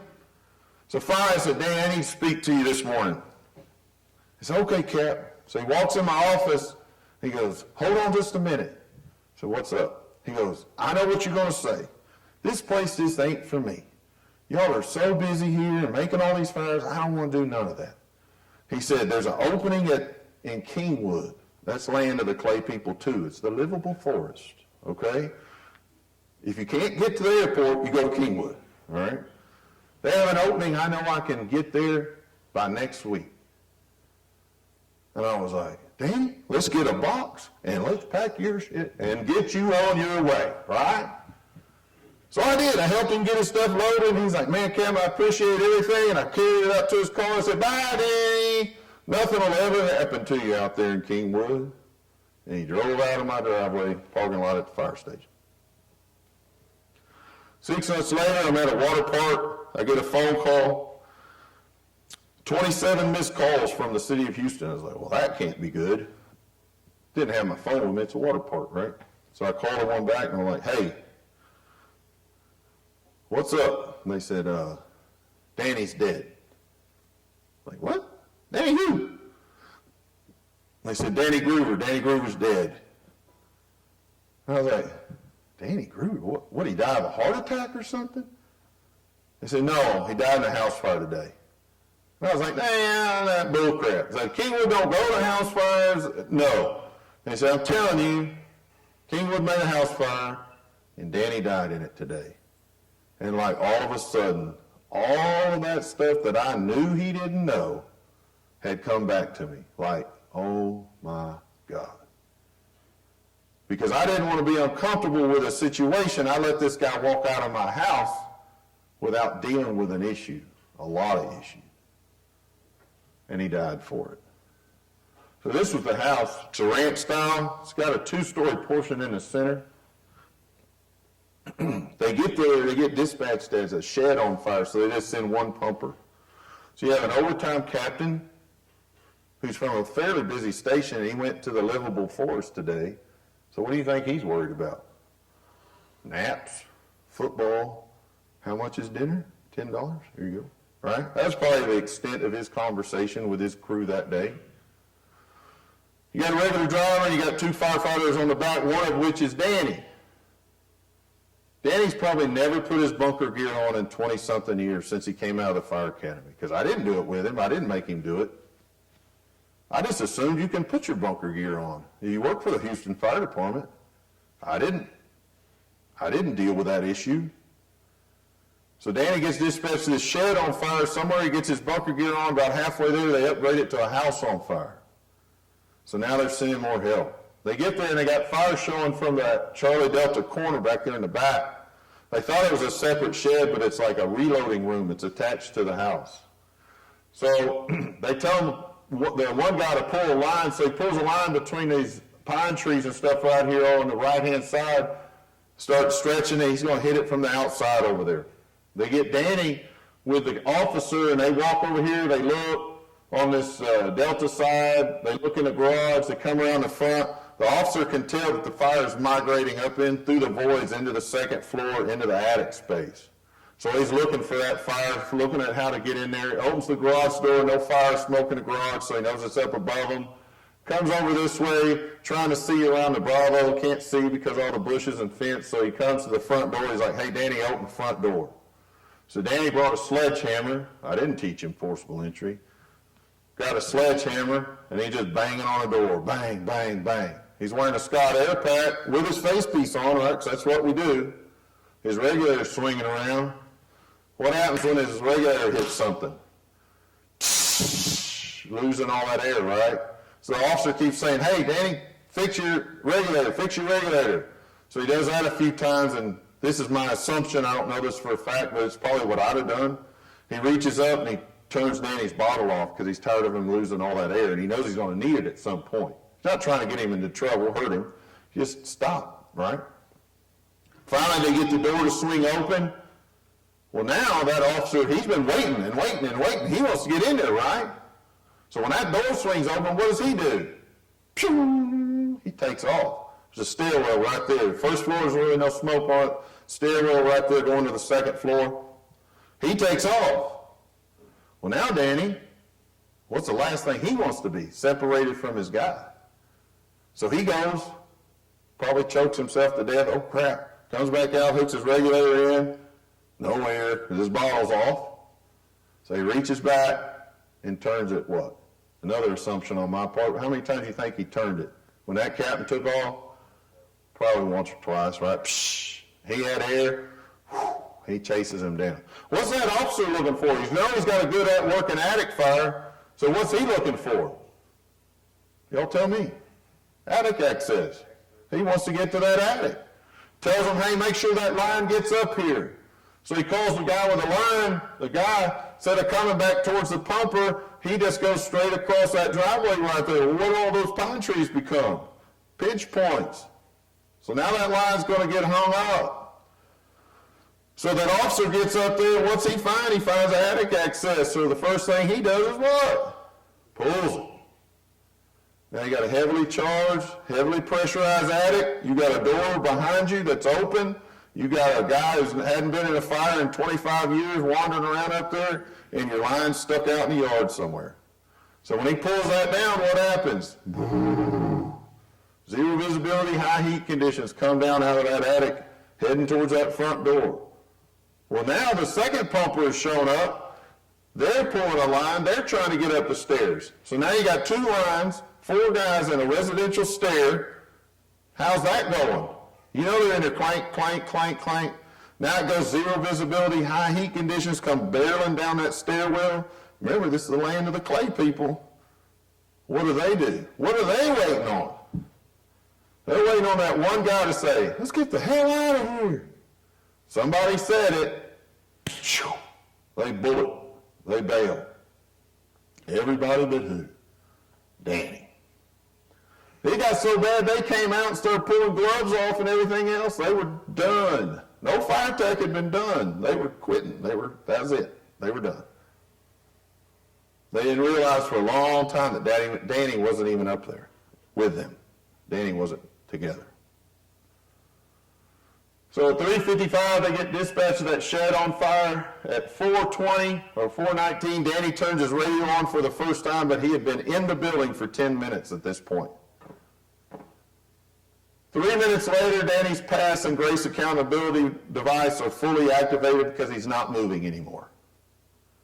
Grace sends a signal to the chief's car that says you got a man down, basically. Then the other one's the Scott integrated. They found Danny with his mask pulled up over his nose and mouth. Y'all ever seen anybody do that? Grab that face piece and yank it. And they get it to right about here because of the hood and the chin strap and all that. Usually when they get real stressed out, maybe you got them in a wire box or something trying to teach them some confined space type stuff, they get panicked and they grab that face piece and they yank it. He died of inhalation injuries with 500 pounds left in his bottle. What? 500 pounds? That's a lot of air. It's not as much as 4,500 pounds, but 500 is still plenty to breathe. Why in the world did he do that? Why did he grab that face piece and yank it when he still had air in his bottle? What'd you say? Cylinder got cut off close. Yes, but no, sir. Wasn't turned on all the way. You're both right. It's called system starvation. That's a needle valve in that bottle. So when you turn that valve, it starts to pull that needle out of its seat, right? 4,500 pounds is going to push plenty of air past it when you just turn it once or twice. But it's not fully open. So you ever seen them guys come out and their bottle's covered in ice because they've been like, and they're breathing so hard it gets condensation and ice and stuff on it? That thing will develop an ice crystal and it'll swing through that needle valve, and because it's not open all the way, it'll block it. And you go from breathing air to no air in like a second. So because he hadn't turned that bottle on all the way, my assumption, he had system starvation. He panicked. He didn't know what to do because I'd never talked to him about it. I'd never taught him any of these things because I didn't want to hurt his feeling. So he grabbed that face piece and he yanked and pulled, and he died right there. This were the doors. The stairwell's like right outside this door. These are the bedroom doors. He knocked the top portion out, trying to find his way out. He died right there behind them little crappy French doors that you probably could have leaned on and busted open. Notice the handle on the right one is pointed down. That was the last thing he did. He grabbed it and collapsed. Mo found him actually right there. Pass device going off. would have led out to that. That's how they brought him down right there. What do you notice missing on the walls here? Poor guy died in that room. A guy died of smoke inhalation in that room. Where's the smoke charring? Where's the smoke on the walls, right? He died right there. How did that happen? This picture was taken almost the exact same time that he went into full alert. They had cut that hole. So this is what I believe. All of that was on him. But it was on there only for a short period of time, because when they punched that hole through, vertical ventilation works. That flow path, instead of going out the front door, started to turn back around and go up that roof, and it pulled all of that fresh air towards him, pulled all of that heat and smoke off of him. So that heat and smoke wasn't in that room long enough to stain the walls and soak into the walls, but it was long enough to kill Danny. If he just had his air pack on, he'd be alive today, I think. This was the fire also. We didn't have to teach him everything. I didn't have to teach him everything. I just needed to teach him something, okay? If he'd have known any of these skills, SCBA, if he'd have known, man, no matter what, I got to turn this bottle on all the way. If he'd have known his radio, make sure I'm on the right channel, make sure I know how to call a mayday. Just don't get lost. Just be with your captain. Be in his hip pocket the whole time. All of these things are so simple, right? They're all basic tactics that we tend to forget or we don't practice. If you need to know what to do for training, go back to the basics. No one rarely ever gets killed because you didn't know how to tie a triple hip blah-bitty-blah pulley system. Yeah, I'm not a rescue guy, but rarely is that what kills you. It's because you turned your bottle on once and hauled butt, or you didn't do your waist strap, or the stretch sucked, or whatever. Any of these things, flow path, self-rescue. If he'd have just got down when he pulled his face piece off, he'd probably be alive today. This isn't about Danny. This is about myself and those 6 officers that worked with Danny before me. We let him slide on stuff because we didn't want to be the bad guy. The reason I tell his story everywhere I go is because every fire department in this country has at least one Danny of some sort. I can promise you. Y'all can see his face now. Y'all know. He's not with it. He's out of it, right? He's decided, man, screw this. I'm just trying to make it 3 more years or whatever. But these are the things that will happen if you don't address those problems. He has to keep up with the standard that you guys have set. Because what happens when Danny got lost? Who'd they send to find him? Other firemen. What if they'd have got lost and died because he didn't have his stuff together? Yep. Where'd that come from? Yes, sir. At what point on accountability of the skill level of that fireman that he's not getting, do you just let it go? Okay, so that he said, like, at what point do we just got to get rid of you, right? This job is not for everybody. And there are times where you have to have those very difficult conversations with people and say, look, man, you've got to either reach this level of expertise or we're going to have to go a different route with you. It's nothing personal. We'll still fish on Saturdays, but I would be a terrible accountant. You know what I mean? Even though I want to be an accountant, I'm going to stink at it because I can't do math. So there are people that we have to work with, and eventually they may have to go. Now, you have to have a plan in place, right? You have to have mentoring and coaching. You have to make the effort. And I think people deserve the effort. But at some point, you can't just drag an anchor with you the whole time. They need to either be placed in a position. If you can't get rid of them, then they need to be placed in some position, I don't know, official file folder or something. I don't know. But yeah, some people have to go. I've fired several people, and it's hard. But the reason I fire them is not because I don't like them. The reason I fire them is because you're such a liability that you make it a liability on them. Because these are solid guys, and they're going to come get your silly rear end when you get lost. Now I've got 3 of you. You screwed it up, but they're over there in this horrible conditions trying to find you. So, yeah, you have to let people go. You know, you got any better answer than that? Some just gotta go. Now, we're lucky enough, and I hate doing this, but sometimes the easiest thing, we kick the can down the road, but that's what had happened to Danny, right? Well, he's such a problem, we'll just send him over there to Kingwood and let them deal with it. Well, that's not the way to deal with it. Somebody honestly needs to deal with it. And now, I deal with it. When you come to work for me, we're gonna have a discussion that first day. These are my expectations I set for you. If you can't reach these expectations, I'm gonna help you reach them. And at some point, if you just don't reach them because you don't want to or you can't or whatever, then we will shift into another lane that is, we're going to have to get rid of you. That's the next option, right? Because we have tried to train you, we've tried to retrain you, we've tried to make it as easy as we can and make sure you get up to this level, but at some point, you just can't, some people just can't do this job. So we got to get you to go somewhere else, work somewhere else, do something else. Don't kick the can down the road, though. That's the hardest thing. That's the easiest thing to do, but this is what happens when you do that. I saw the problems, I didn't face the problems, and this kid died for it, and there's no reason for that. Anything else? Yeah, just a little bit more, like 2 more slides. 2 more stories, though, and they can get long, so I'm sorry. Remember, you're capable of more than you think. It takes study and commitment from you, right? This job is inherently dangerous, but you chose it. You picked it. Even if you're volunteering, you picked it. You chose to be here. No one came and got you out of the house and said, you're going to be a volunteer fireman. Nobody did that. It's not about you. It's about the others. And humble yourself because you are different. Remember, you've been chosen for this, in my opinion. I'm going to tell you one more story about this young man. So in life, it teaches you lots of things, and I like to share stories, personal stories, because it means more to people, and it means more to me. I try to do the right thing. Just try to do the right thing. And as firefighters, you don't understand how much influence you have on people.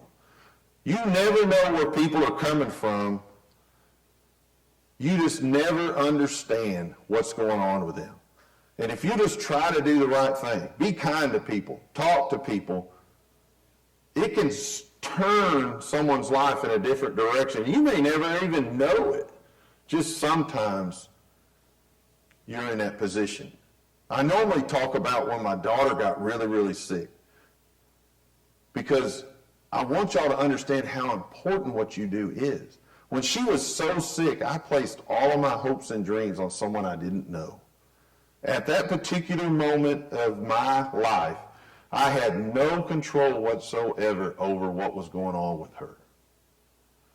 But I needed a professional. I needed someone to come into my life that was going to take that over and fix it. And that's what y'all do at 3 in the morning. When we show up and that daddy's standing out there in his underwear screaming for you to help, you're that professional that's showing up to fix it. Now, like those doctors, I didn't care what their problem was that day. I needed their professionalism. But sometimes they can't do it either, right? In my case, my daughter didn't survive. She died. It didn't make what I needed from them any less important, because it wasn't their choice. They did everything they could, just like you and I do. It just wasn't up to me whether she survived or not. And she didn't. And I was mad about that for a long time, until God told me, he said, hey, look, you got to understand there's a few things. This is exactly what you do, Clyde. I'm like, how can that be? I'm not a neonatologist. How does that even get close to me? He was like, you have to understand that guy's a professional and so are you. And when people are in a desperate situation, you can change their lives. This guy was trying to change yours, and he did. But at 3 o'clock in the morning, no one cares if there's a neonatologist around. They need a fireman who's willing to put his life at risk to go help you. And I started it helped me get through, because I understood that, man, at 4 in the morning, we are the most important people out there. That's what separates you. Whether you came from the house or came from the station as a volunteer, that's what separates you. You have to understand that. That's how important it is. Think about that. Because you will change people's lives. My daughter, that whole thing and her passing away has changed my family for generations. My oldest was 8 years old. All she wanted to be was a big sister. Well, that changed her. Not necessarily bad, however you say that. But it changed my life for generations. It changed my grandma and grandpa. It changed everybody. Our whole family will be different because of that. You can have those same kind of influences on people. This young man up here, see this little fella? When he was little, he was 8 years old the first time he ever met a fireman. And he's from the inner city, urban kid, right? He met a guy called Kevin Story. If any of you had lucky enough to meet Kevin Story, you probably didn't like him, because when he comes out, he's like the meanest guy you've ever met in your life. He's like a Marlboro man that had been run over by an 18-wheeler. He got a big cigar hanging out of his mouth. He just like, He scared me to death for the first 20 years I knew him. I had no idea he had a heart as big as Texas. He just looked like a porcupine to me. Mean old sucker. But I got a picture, I need to put it in here, of this young man, Rodney, with his helmet on. Y'all know there's a lot of stuff you can touch, but don't jack my helmet, all right? And I can just see how that conversation went. Hey, mister, let me wear that hat. And he just stuck it on his head. And Kevin normally would have went, but for some reason he let Rodney wear that hat, his helmet. And they got a relationship. So Rodney was from the 4th Ward, which was right down the street from 8th. And he had family in the 3rd Ward, which was near 25, 7s, and 46s. And he said, man, fireman, okay. So he'd go there and bull crap with the fireman. Hey, kid, what are you doing? Oh, you know, mister, here, come over here, look at this fire truck. Yes, sir. Tell me what's in that compartment. Well, that's the so-and-so and so-and-so. Here, you need a sandwich? You hungry? Eat a sandwich with us. Okay. Man, I'm failing math. Okay. Hey, what was his name? You remember his name? Math guy? The one, I don't know. Smart guy, right? One of the smart guys would say, who's the math guy? Oh, that's you. Hey, man, come over here and teach Rodney some algebra. Okay. So they're sitting there on the couch. Rodney's whole family were felons. Every single one of them's a felon. His aunt was trying to raise him, and she was a felon too, but she got out of jail and doing pretty good. Got a job with the city. But she's only can do so much because she works 2 jobs. She has a handicapped son herself. She's doing the best she can. Everybody else is a felon. Rodney was born in jail. So Rodney gets torn. These firemen, every time he shows up to firemen, they're like, Rodney, you go to school today? No, sir. Get your ass in and go to school, boy. Yes, sir. Yes, sir. I got a project to do. God dang it. I'm cutting out poster boards and crap. Then he'd go, hey, come on, let's go to a fire. So they'd take him to a fire. And they'd buy him bicycles. And he was just torn. He'd do good for a couple weeks, and he'd do crappy because he'd get back with the family and everything else. These guys had no earthly idea what they were doing with this young man. They were just being nice to some kid from the hood. There's a million of them out there. But probably hundreds of firemen, Mo being one of them, took care of him. When he was 11 years old, he was lucky enough to meet that lady. Sorry. That's my wife. Rodney needed one thing, and that was the love of a mother. He had never had that in his life. His mother didn't give 2 shits about him. And he met that lady right there who will adopt anything and anybody. And when he was 11 years old, she gave him his first birthday cake he'd ever had at Station 8. And man, they started developing a relationship. I was Gordon, or Chief Gordon. I was the one that chewed his ass when he didn't go to school. 50 days a year that boy wouldn't go to school. I later learned he didn't go to school during a year because they'd send him to summer school, and what normally took 9 months throughout the year, he could do in 3 months. Smart little shit, right? He would flunk on purpose so he'd only have to go through in the summer. The rest 9 months during the school year, he ran like a crazy person. But he met my wife, she started being his mama, and she became mama. When he was 18, he had it. He was living in that neighborhood. All the girls knew him. He was related to a bunch of them. He'd been held up at gunpoint twice. And he called and said, Mom, I got to get out of here. And she said, well, you can come live with us. You've always been welcome to come live with us, but you know we live in the country. And we do, one stoplight kind of town. He's an urban kid, hoodie, thinks he's a thug. And you know Gordon's here. That was the name. And life will not be the same for you. He's like, I don't care, Mom. I got to come.